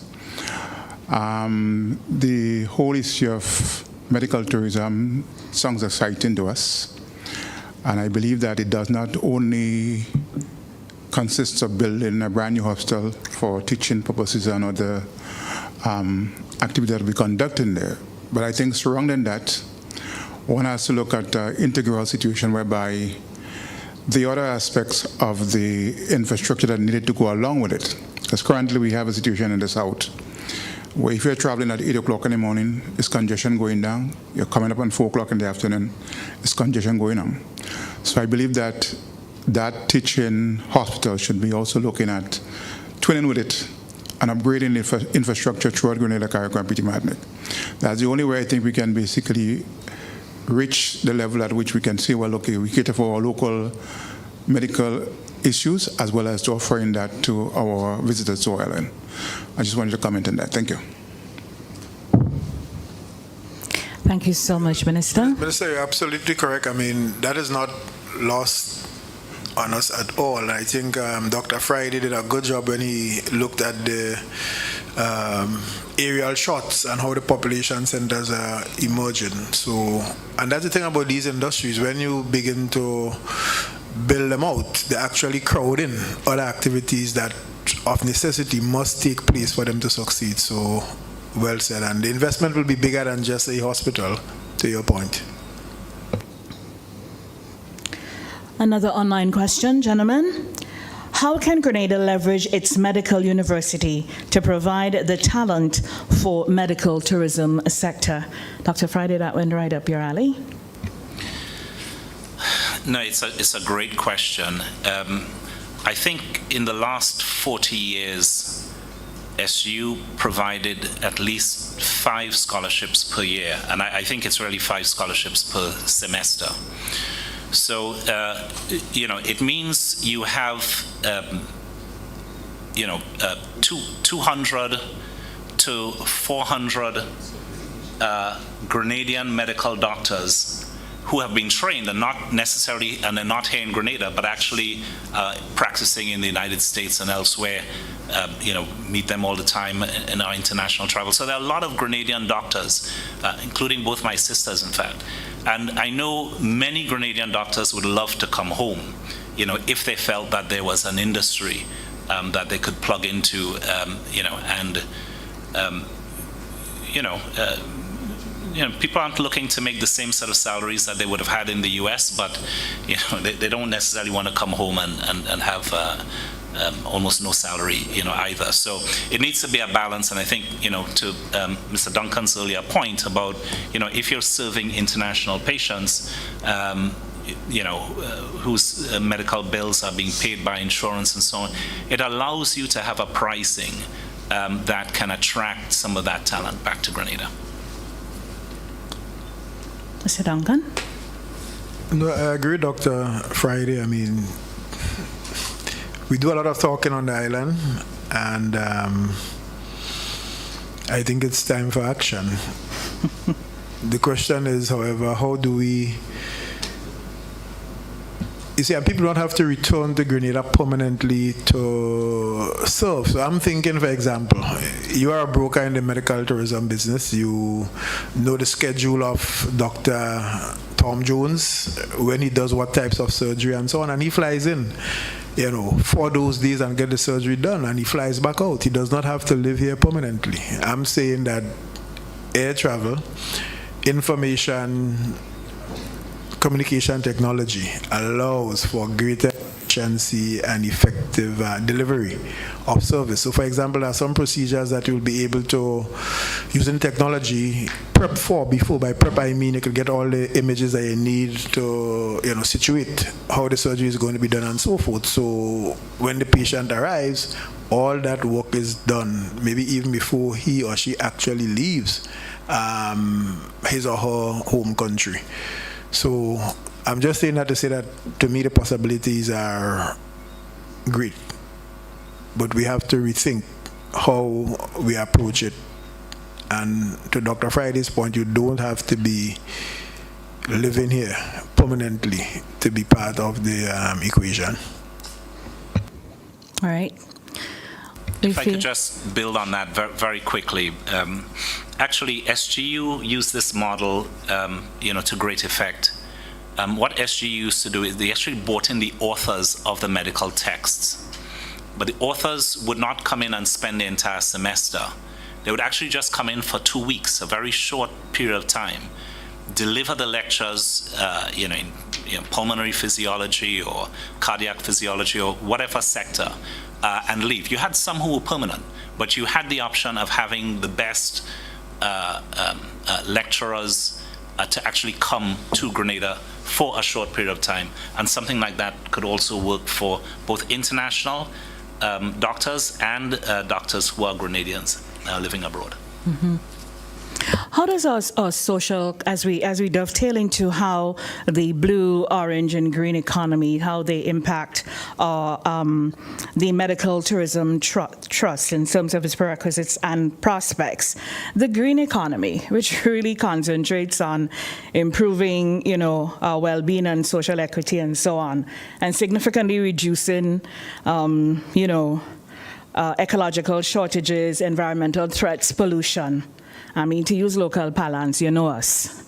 How? Do you see that? Is that a threat? Are there opportunities?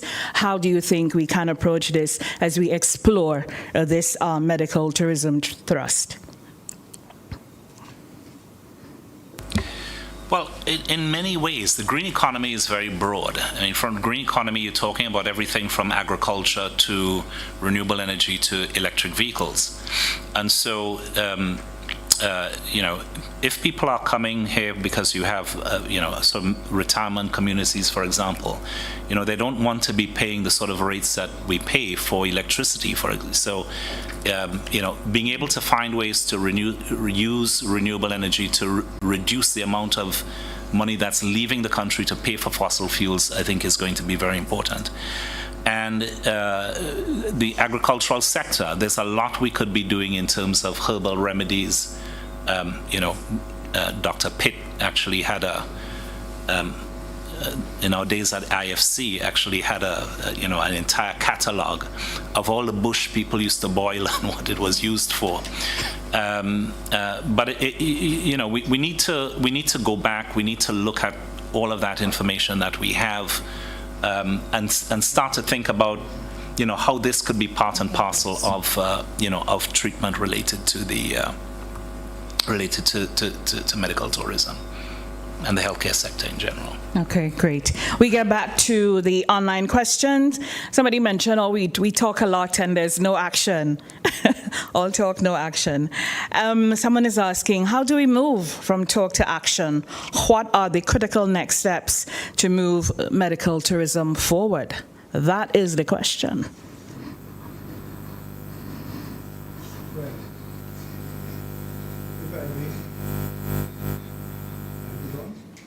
Okay, so basically,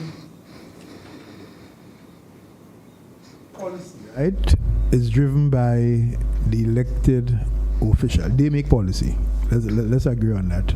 So when Dr. Friday could point out that IFC, for instance, is disgruntled that the 2012 study has not been actioned, what does that tell you? That there is a lack of consistency in policy by virtue of the 5-year electoral cycle. My thesis is Grenada has a national sustainable development plan. Therefore, the political negotiation should be which of the two parties is best able, committed, and demonstrate their willingness to execute that policy or the plan. That's my view. And therefore, when you go to the National Sustainable Development Plan, you should, in my mind, be seeing in these manifestos the interpretation, articulation of that which the nation has agreed through an extensive process of consultation and the use of trained planners in producing. If you don't refer back to the plan and everybody wishful thinking right through, you'll continue to go around in circles, right? So to move from talk to action requires, to me, consistency and, of course, adequate resourcing of your endeavors, right? And you could only resource those endeavors adequately if you genuinely believe in executing what is in the plan as agreed by the population. Dr. Friday? Yeah, no, it's a great point, and I think a key word is consistency. So yes, we do have a national sustainable plan. You know, it'd be great if we could see that from administration to administration, parts of that actually get executed. Obviously, it'd be up to each administration to focus on their priorities as they see it. So that having that level of consistency, I think, is important. And one way you could do that, I think, is by creating a broad-based coalition, the sort that you were talking about, Mr. Duncan, with private sector and government. Get a broad-based coalition going and get them excited about the idea. Let's hear some of their ideas as well, so that this becomes something that is, you know, beyond the formal institutions. And we have, you know, NGOs, private sector, and others really excited about this. The other point on consistency is that sometimes there are inconsistencies between the World Bank, the IFC, and parts of the IMF and so on. I just want to point it out because the World Bank did express concerns about that particular transaction. So the IFC wanted to do it. The World Bank said, listen, this is where you are now. You're going into an IMF program. We're not sure that this is the best thing for you to do at this particular point in time. And, you know, we've seen that we have seen those inconsistencies as well, you know, in those organizations related to other transactions that we've done in energy and other things. So I'll just leave it there. But, you know, those institutions are not always consistent across the board. Right. Just let me segue into Doc's point about the IFCs and the World Bank and the Caribbean Development Bank. I just want to list a few hotels in Grenada. Rock Gardens, Hamilton Inn, Mafeking, Flamboyant, Mr. Duncan, these would sound foreign to so many people. No problem. Cedars Inn. I could list about 12 hotels, Village Hotel, that no longer exists. That's correct. Why? because CDB advised that small, locally owned properties, regardless as to where they are located, it seems, is what is being called for by visitors. Now, to a certain extent, we could say in the early 70s, with Liat or whoever landing 3 times, well, maybe twice, 3 times a day in Pearls, if Barbados allowed them to come in, you did not need, big hotels.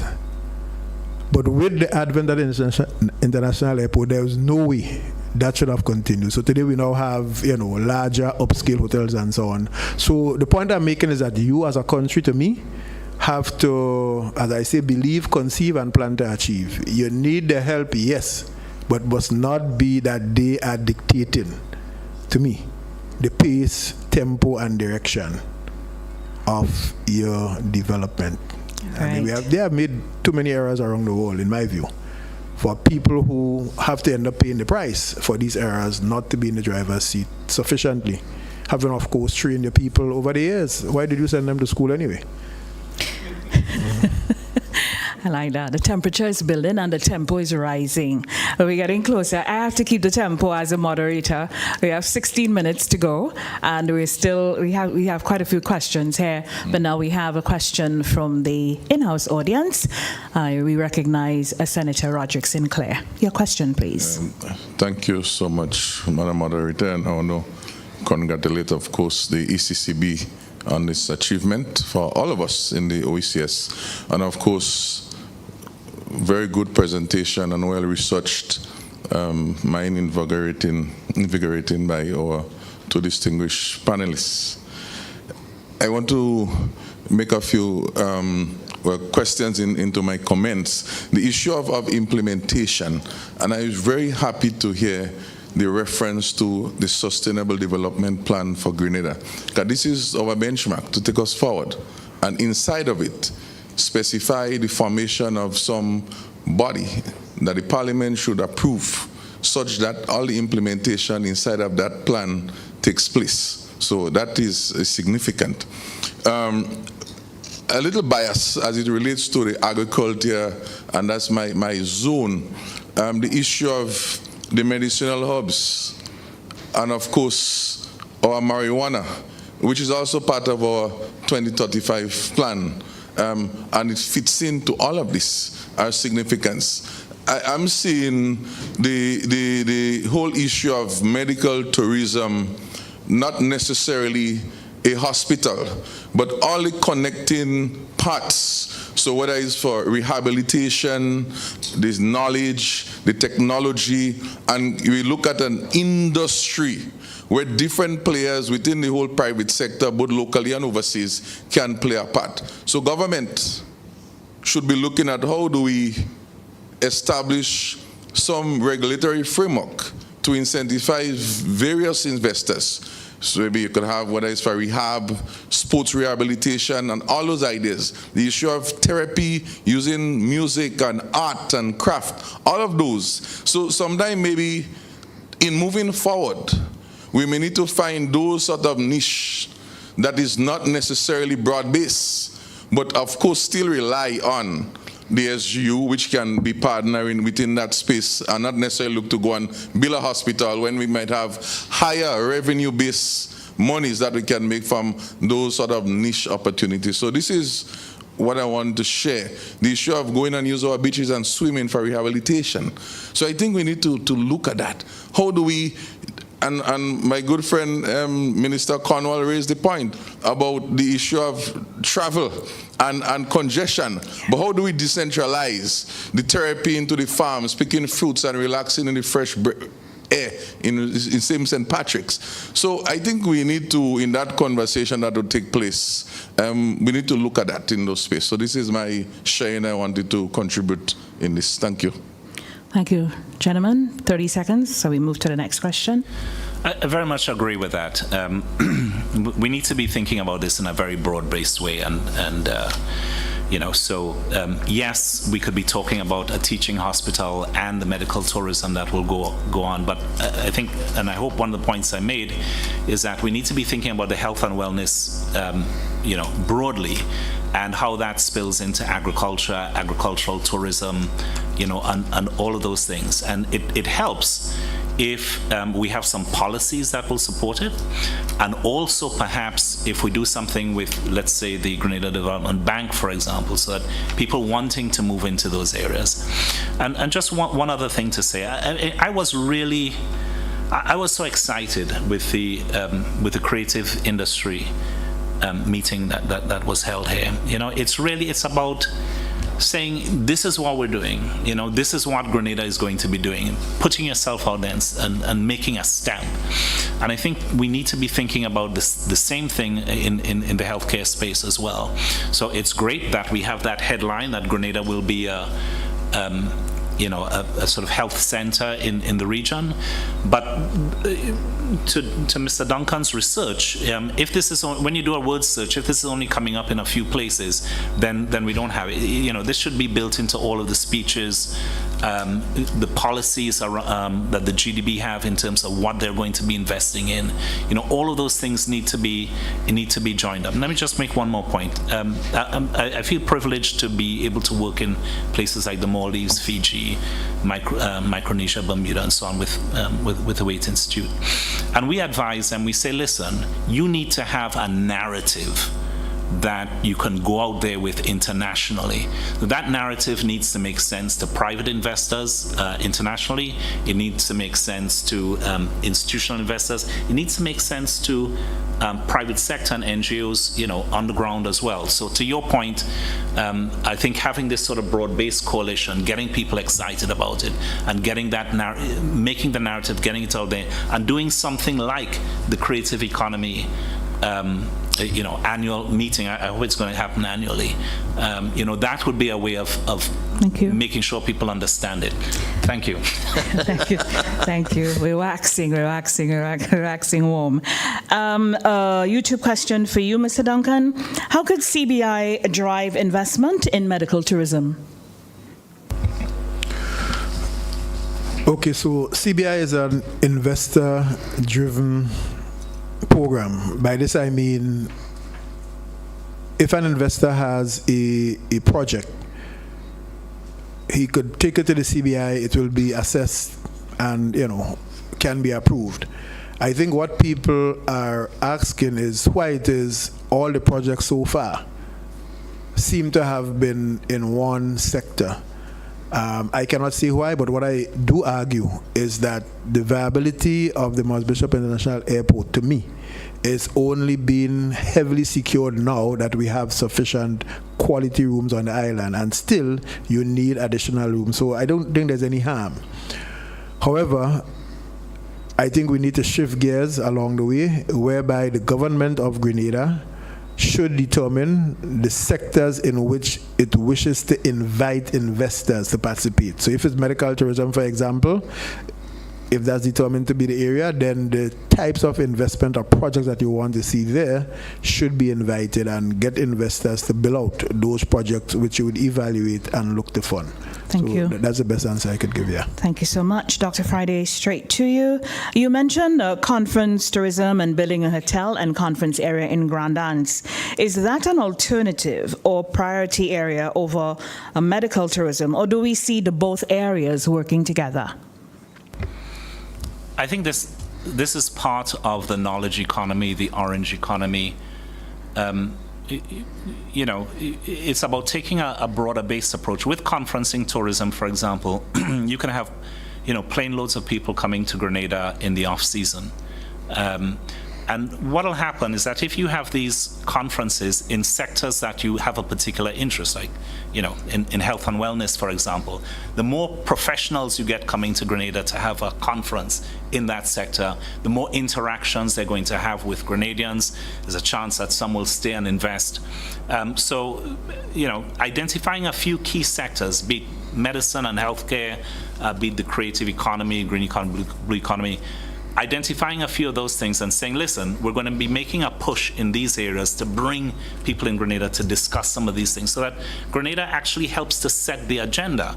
Because when you're hosting some of these conferences as well, you you have a part to play in setting the agenda. So I see it as just being very holistic. It's not either or, but we do need to look at how we prioritize and sequence. All right. You mentioned harmonize a lot in your presentation. So harmonize, right?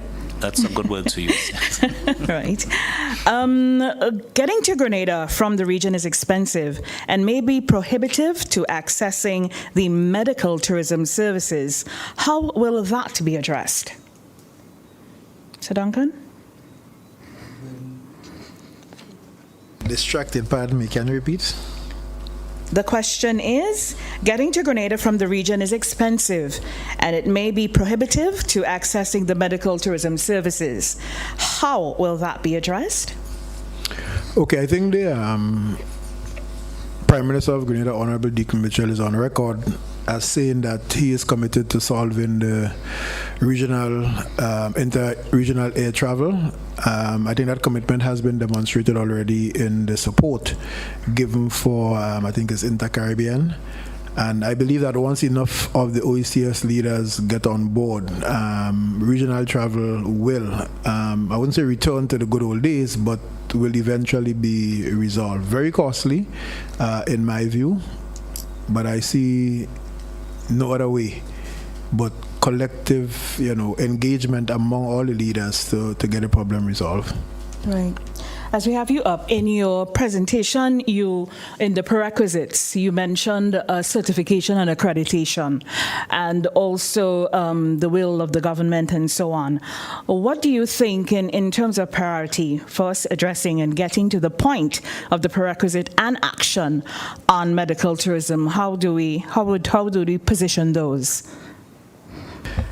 That's an unfair question. Why? In other words, I'm just saying I'm not an expert in the field, right? If you ask me for my opinion in that regard, I think accreditation is critical because no one would come to your hospital if it is not, accredited. Right. I mean, Speaks to quality. It speaks to that. So I'll give that number one. So as you are designing and building, you want to make sure that you are meeting the requirements of the accreditation board so that when the project is completed and the programs are built out, accreditation should not be a big delay between commissioning the facility and being able to bring in your clients, so to speak. So I'll give that top priority. Of course, the legislation and all those stuff can be quote-unquote adopted or borrowed from other Commonwealth countries such as India that has a British jurisprudence, and these things can be put in place even before you begin to turn the sod in the new hospital. So yeah. Great answer. It wasn't so unfair after all, was it? Dr. Friday, recently I read online that Grenada was named among 13 countries in the world, 13 countries in the world with clean air. How do we hang on to that sort of thing and build it into our messaging and our branding, if you will, to get it to help build the medical tourism and all the things that we're offering to the world?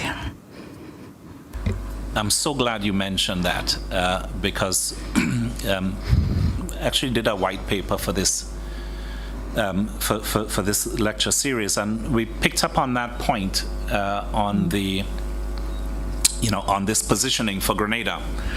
These are things that you hold on to and you run with it when you get it. You can't sit around and say, well, let's see what drops out at the end. I mean, this is a gold mine to have something like that. So I think this is a core part of the narrative and the messaging that needs to be around, Grenada as this this healthy island. We need to make the most of it. We also need to be thinking about what we do to build on that. So, we spoke about earlier on the policy of moving to electric vehicles. It'll take time, but if the policy signal alone of saying over the next 20 years we're going to phase out fossil fuels, that will also help in terms of having clean air. It's great to see the work that's being done now in terms of pollution on the side of the road. All of those things I think are important. When people come to Grenada, they hear that we have clean air. gold in Chelsea flower show, but when you arrive in Grenada and you drive on the road, you're not really seeing that. So we need to take these accolades and build on it. Let people actually see it when they come. Absolutely, absolutely. Just as you're on that, before we take the viewer question, as we mentioned, the clean air and as a selling point for the island, I think, how does the doctors, the most doctors per capita in the U.S. system coming from St. George's University, what do we do with that, Mr. Duncan? How should that look? How should that shape our medical tourism thrust? Okay, so just let's go back to the goal in Chelsea. Having one goal, if anybody asks us for a 20-foot container load of anthurium lilies or any other flowers we have in that day, we can't ship it out. So I'm saying doing these things to me are great. The question of monetizing and really have us create wealth, as we like to say, we need to take it, to that point. Now let's come back to SGU, and it's the same thing because we have not thought through how do we build out to use the ecosystem to capitalize. And I'll tell you, if other islands had SGU with its brand, its size, and its reach on their island, trust me, it will be a different outcome. So I'm saying that I don't have all the answers, but enough talk has gone on, and I think it's time that we sit down, to Dr. Friday's point, and have a national conversation with professionals and people who know what needs to be done, agree that it needs to be done, and then decide how it is going to be done. I do not have the answers, but I just want to put those few comments in play. You light the candle. Thanks. Dr. Friday? Yeah, no, just if you go to the SGU alumni website, they claim to have the largest alumni in the world. Now, we'll have to look into those numbers, but I think this kind of builds on the idea that it's the largest number of doctors practicing in the United States.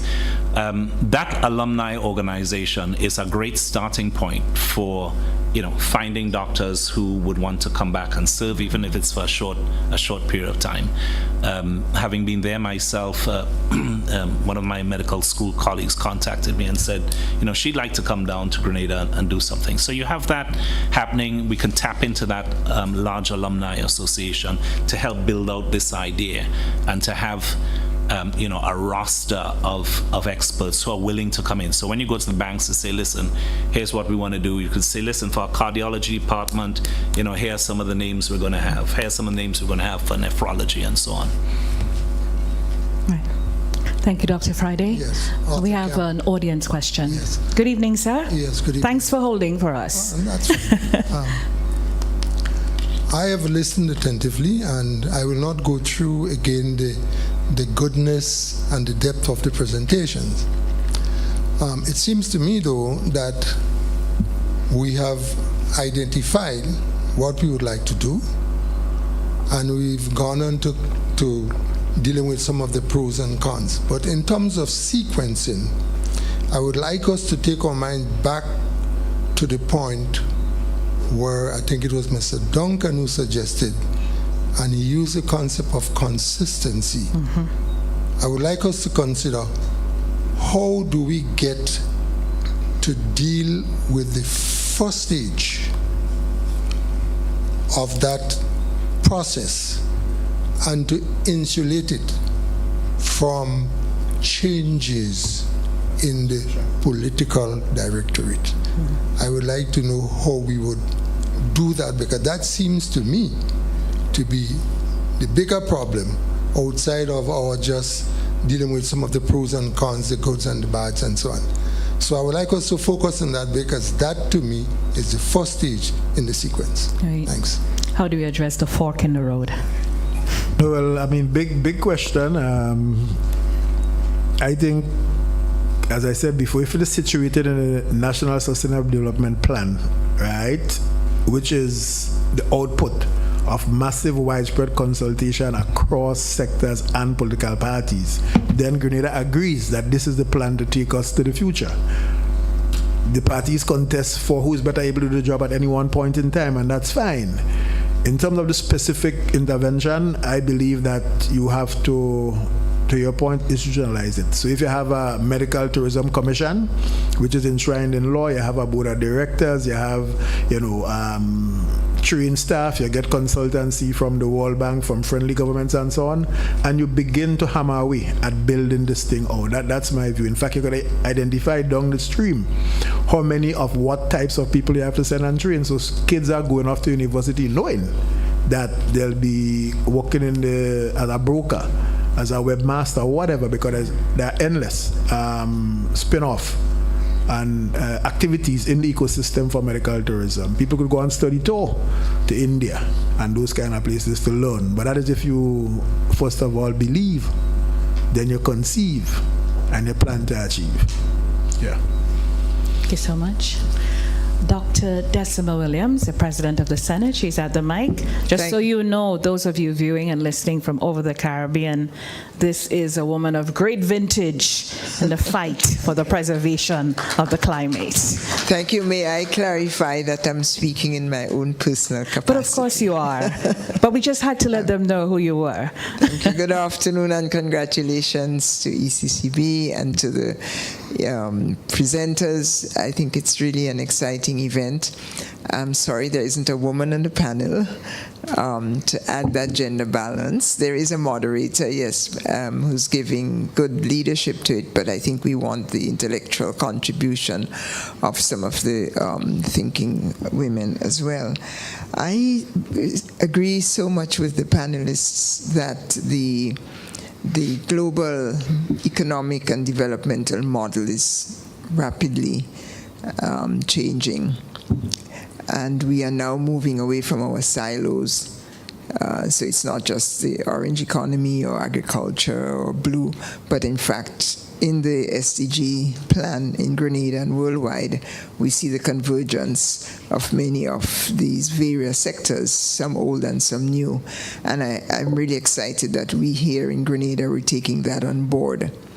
I do think we have to tweak whatever it is we do for at least with at least two considerations in mind.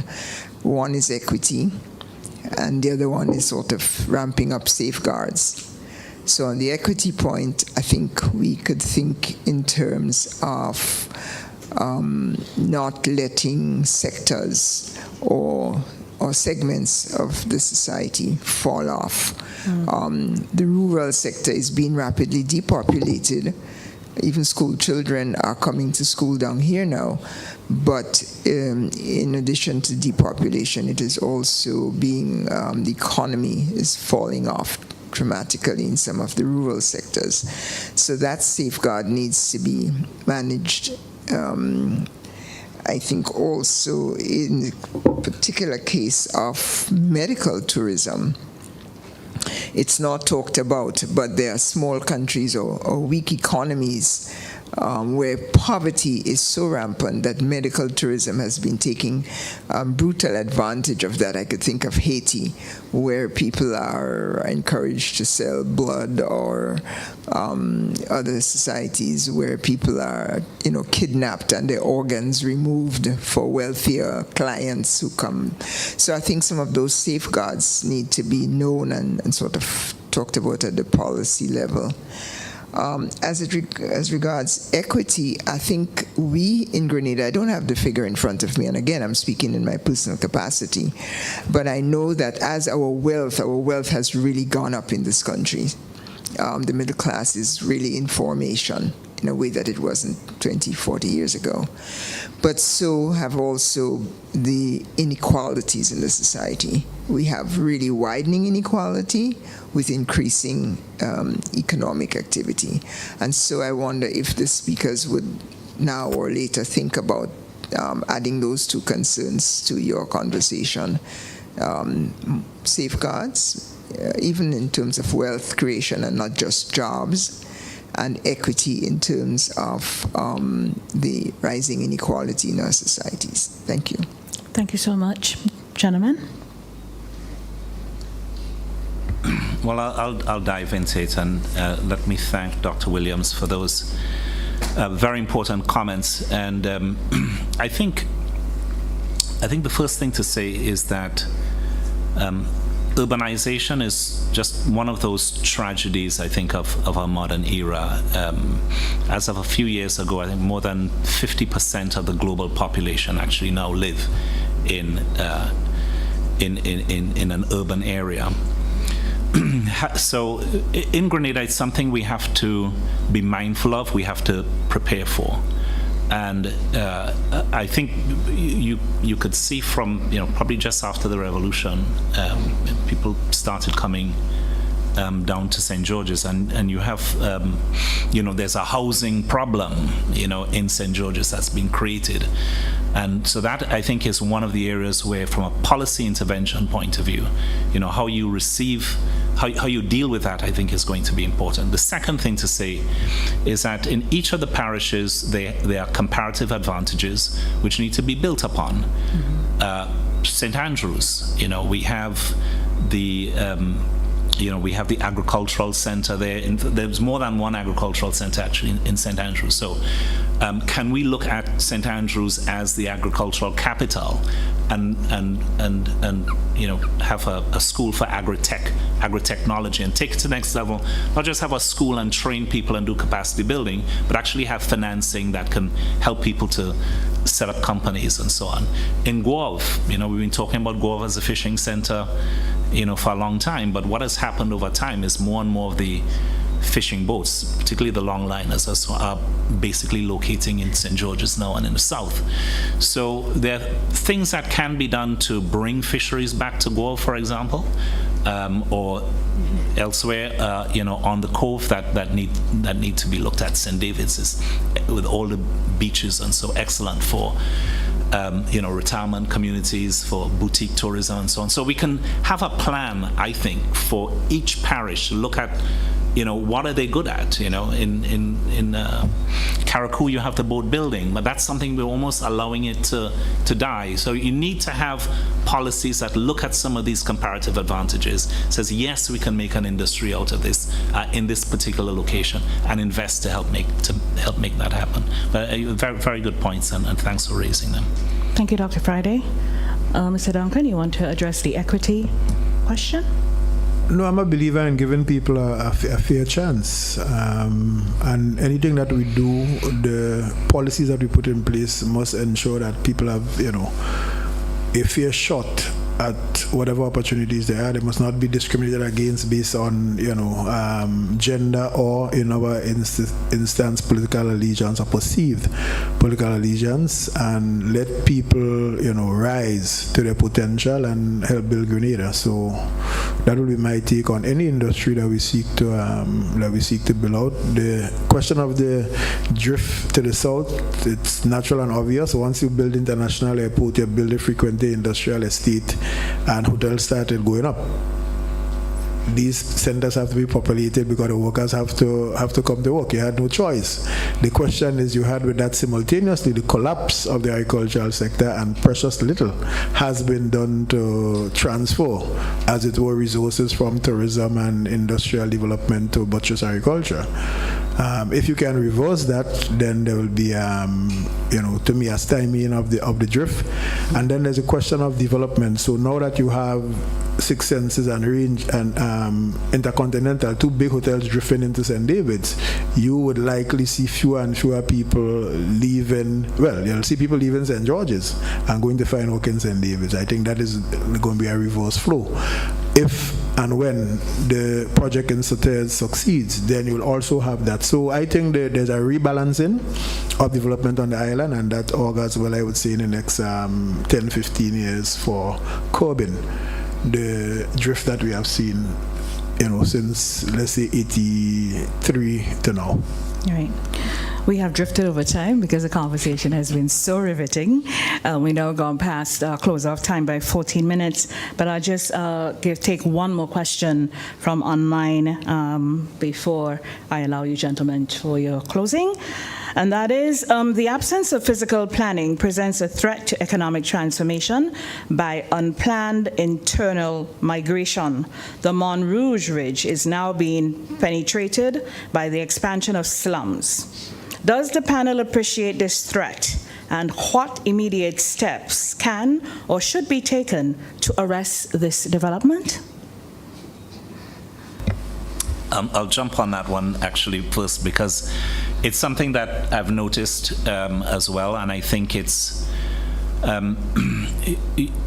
it's an opportunity to think about the urbanization challenge that we've just been talking about. So if people have to come to St. George's to find work, and there's land somewhere that they feel that they can put up something to a shelter, people will do so in the absence of policies to properly house people, and in the absence of policies as it relates to squatting. Now, it's very difficult. Which government is going to go up on the Mont Rouge Hill and say to folks, listen, we've got to, I'm sorry, but, we can't have a slum coming down that hill onto Grandance Beach. And by the way, that is what will happen if it's not addressed. So two things need to happen. One is we do need to think about the housing challenge and how we deal with that, from Mont Rouge Hill, the Limes, Grandance Valley, because people need to have proper infrastructure and all of these things. So if you just allow it to happen, and then you see Grand Neck puts up a pole for electricity, people become more settled. So there needs to be a policy around that, and I think physical planning needs to I think be properly institutionalized, not just look at, when you come with a plan, is the beam, what size is the beam and the joist and all of these things. It needs to be, are you building in the right zone to start with? So all of these things, have proper zoning for where things should be. That's going to be important, and it needs to be given a level of authority where they understand the imperative, I think, of any political party would want to see things happen quickly, but it needs to happen in such a way that fits in with an overall plan. Thank you, Dr. Friday. Mr. Duncan, you want to chime in? I know for sure that I cannot go and build on Mont Rouge Ridge. I'll be moved the next morning. So the people who go there, seem to have certain immunities and so on. It's all part of the political negotiating process. And I'm not too sure if the lands they are on are all government lands. And I don't think we should encourage people to invest in property that will never become their own, or it's difficult to become their own. So to Doc's point, to be proactive in solving the housing problem, I think is the main role for government, rather than running after the folks after they have squatted. And squatters have been rewarded over the years. I know if reward is the right word, but people go on to land and eventually government cuts it up and give them proper title for purchase. And to me, you want to be proactive in doing that. If you have state lands, crown lands, you might have it earmarked for certain purposes. Housing should be one of them, and it should be proactive in cutting them up into lot sizes and distributing them by whatever mechanism you deem to be fair and objective. Thank you so very much. Gentlemen, at this time, thank you everyone for your questions, those of you in the audience particularly. Thank you so very much. And your audience online, the questions are still coming. They're really great questions. I even had a few, just managed to slip 2 in, but that's okay. Thank you so very much. So we'll now take we'll invite your closing comments. Dr. Friday? Well, I think so much has been said. It's really just to say thank you. Thank you to the ECCB for putting this together. Thank you for all the questions that we've had from in-house, and thank you to all the folks, out there who've been sending in questions and listening in. It's great to have this type of dialogue, and it would be great to see more of this dialogue happening with a view to action. So thank you all, and my thanks to Mr. Duncan and to yourself, Madam Chair, for an excellent session. Thank you. Thank you. Mr. Duncan? Yes, so I also want to add my words of thanks to everyone. I think the main message I want to leave is that let us, believe, conceive, and plan to achieve. In terms of the next steps, I always wonder, when the cameras stop rolling, the lights are off, and the doors are closed, what happens next? So Central Bank may have chosen this topic knowing full well that Grenada has the potential, because I looked at the other topics in other islands and they seem to be well thought out. It's not just intellectual. So the question is, again, in a couple of minutes, the lights are off, the doors are closed, cameras stop rolling. What happens next? Thank you so very much. What happens next is a vote of thanks. And we'd like to really thank the ECCB. We'd like to thank Governor General, Her Excellency Dame Cecile Lagranade, GCMG, OBE, PhD. Thank you so very much for coming, staying through, and being a very interested partner in this. We'd like to thank the Honorable Dennis Cornwall, Minister of Finance and an ECCB Monetary Council member. Thank you so much, sir, and thanks for participating as well. Members of Parliament who were with us throughout the Eastern Caribbean Currency Union, Dr. Decima Williams, President of the Senate, thank you, and thank you for your intervention. Appreciate it. And the Governor, the Deputy Governor, and all the officials of the Eastern Caribbean Central Bank, thank you so very much. Our former Finance Minister, Mr. Gregory Bowen, he was here with us earlier. We thank you so very much for coming, Mr. Bowen. All senior government officials, we thank you. The representatives from the financial sector, thanks a whole lot. We'd like to especially thank ECCB, Mrs. Linda Felix Berkeley, the country manager, and Ms. Valine Street. Thank you guys so very much. You make the work of 20. You make the work of 2 look like the work of 20. Thank you so very much, ladies. And the ECCB technical team, led by Mr. Marlon Bristol, thank you so very much, guys, and all of you who have been working with me online. Appreciate it. Grenada Broadcasting Network, thank you so much, GBN. TNR Communications, a hearty thank you to Richie Oliver and his team for carrying this with precision and quality. The Radisson Resort, we thank you for hosting us this evening. And Father, we thank you, Father Marcin. Thank you so very much. Appreciate it. And thank you for staying all the way through. You blessed us and you stayed all the way through. We appreciate that. Great to hear that it was interesting to listen. And to these Grenadian sons of revered excellence, let's just hear it for them.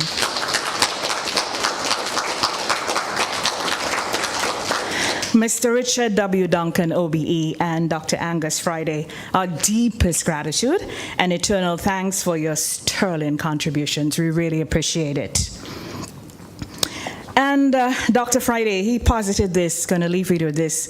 Think of the hospital as a profit center, not a cost center.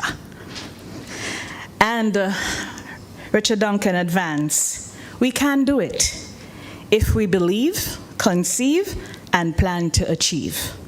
But first, what's our ambition?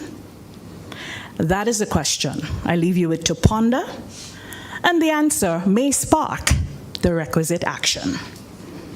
But we forge ahead. From the Radisson Resort on the world-famous Grand Dance Beach in St. George's, Grenada, we thank you so very much. I am Brenda Batiste. So long.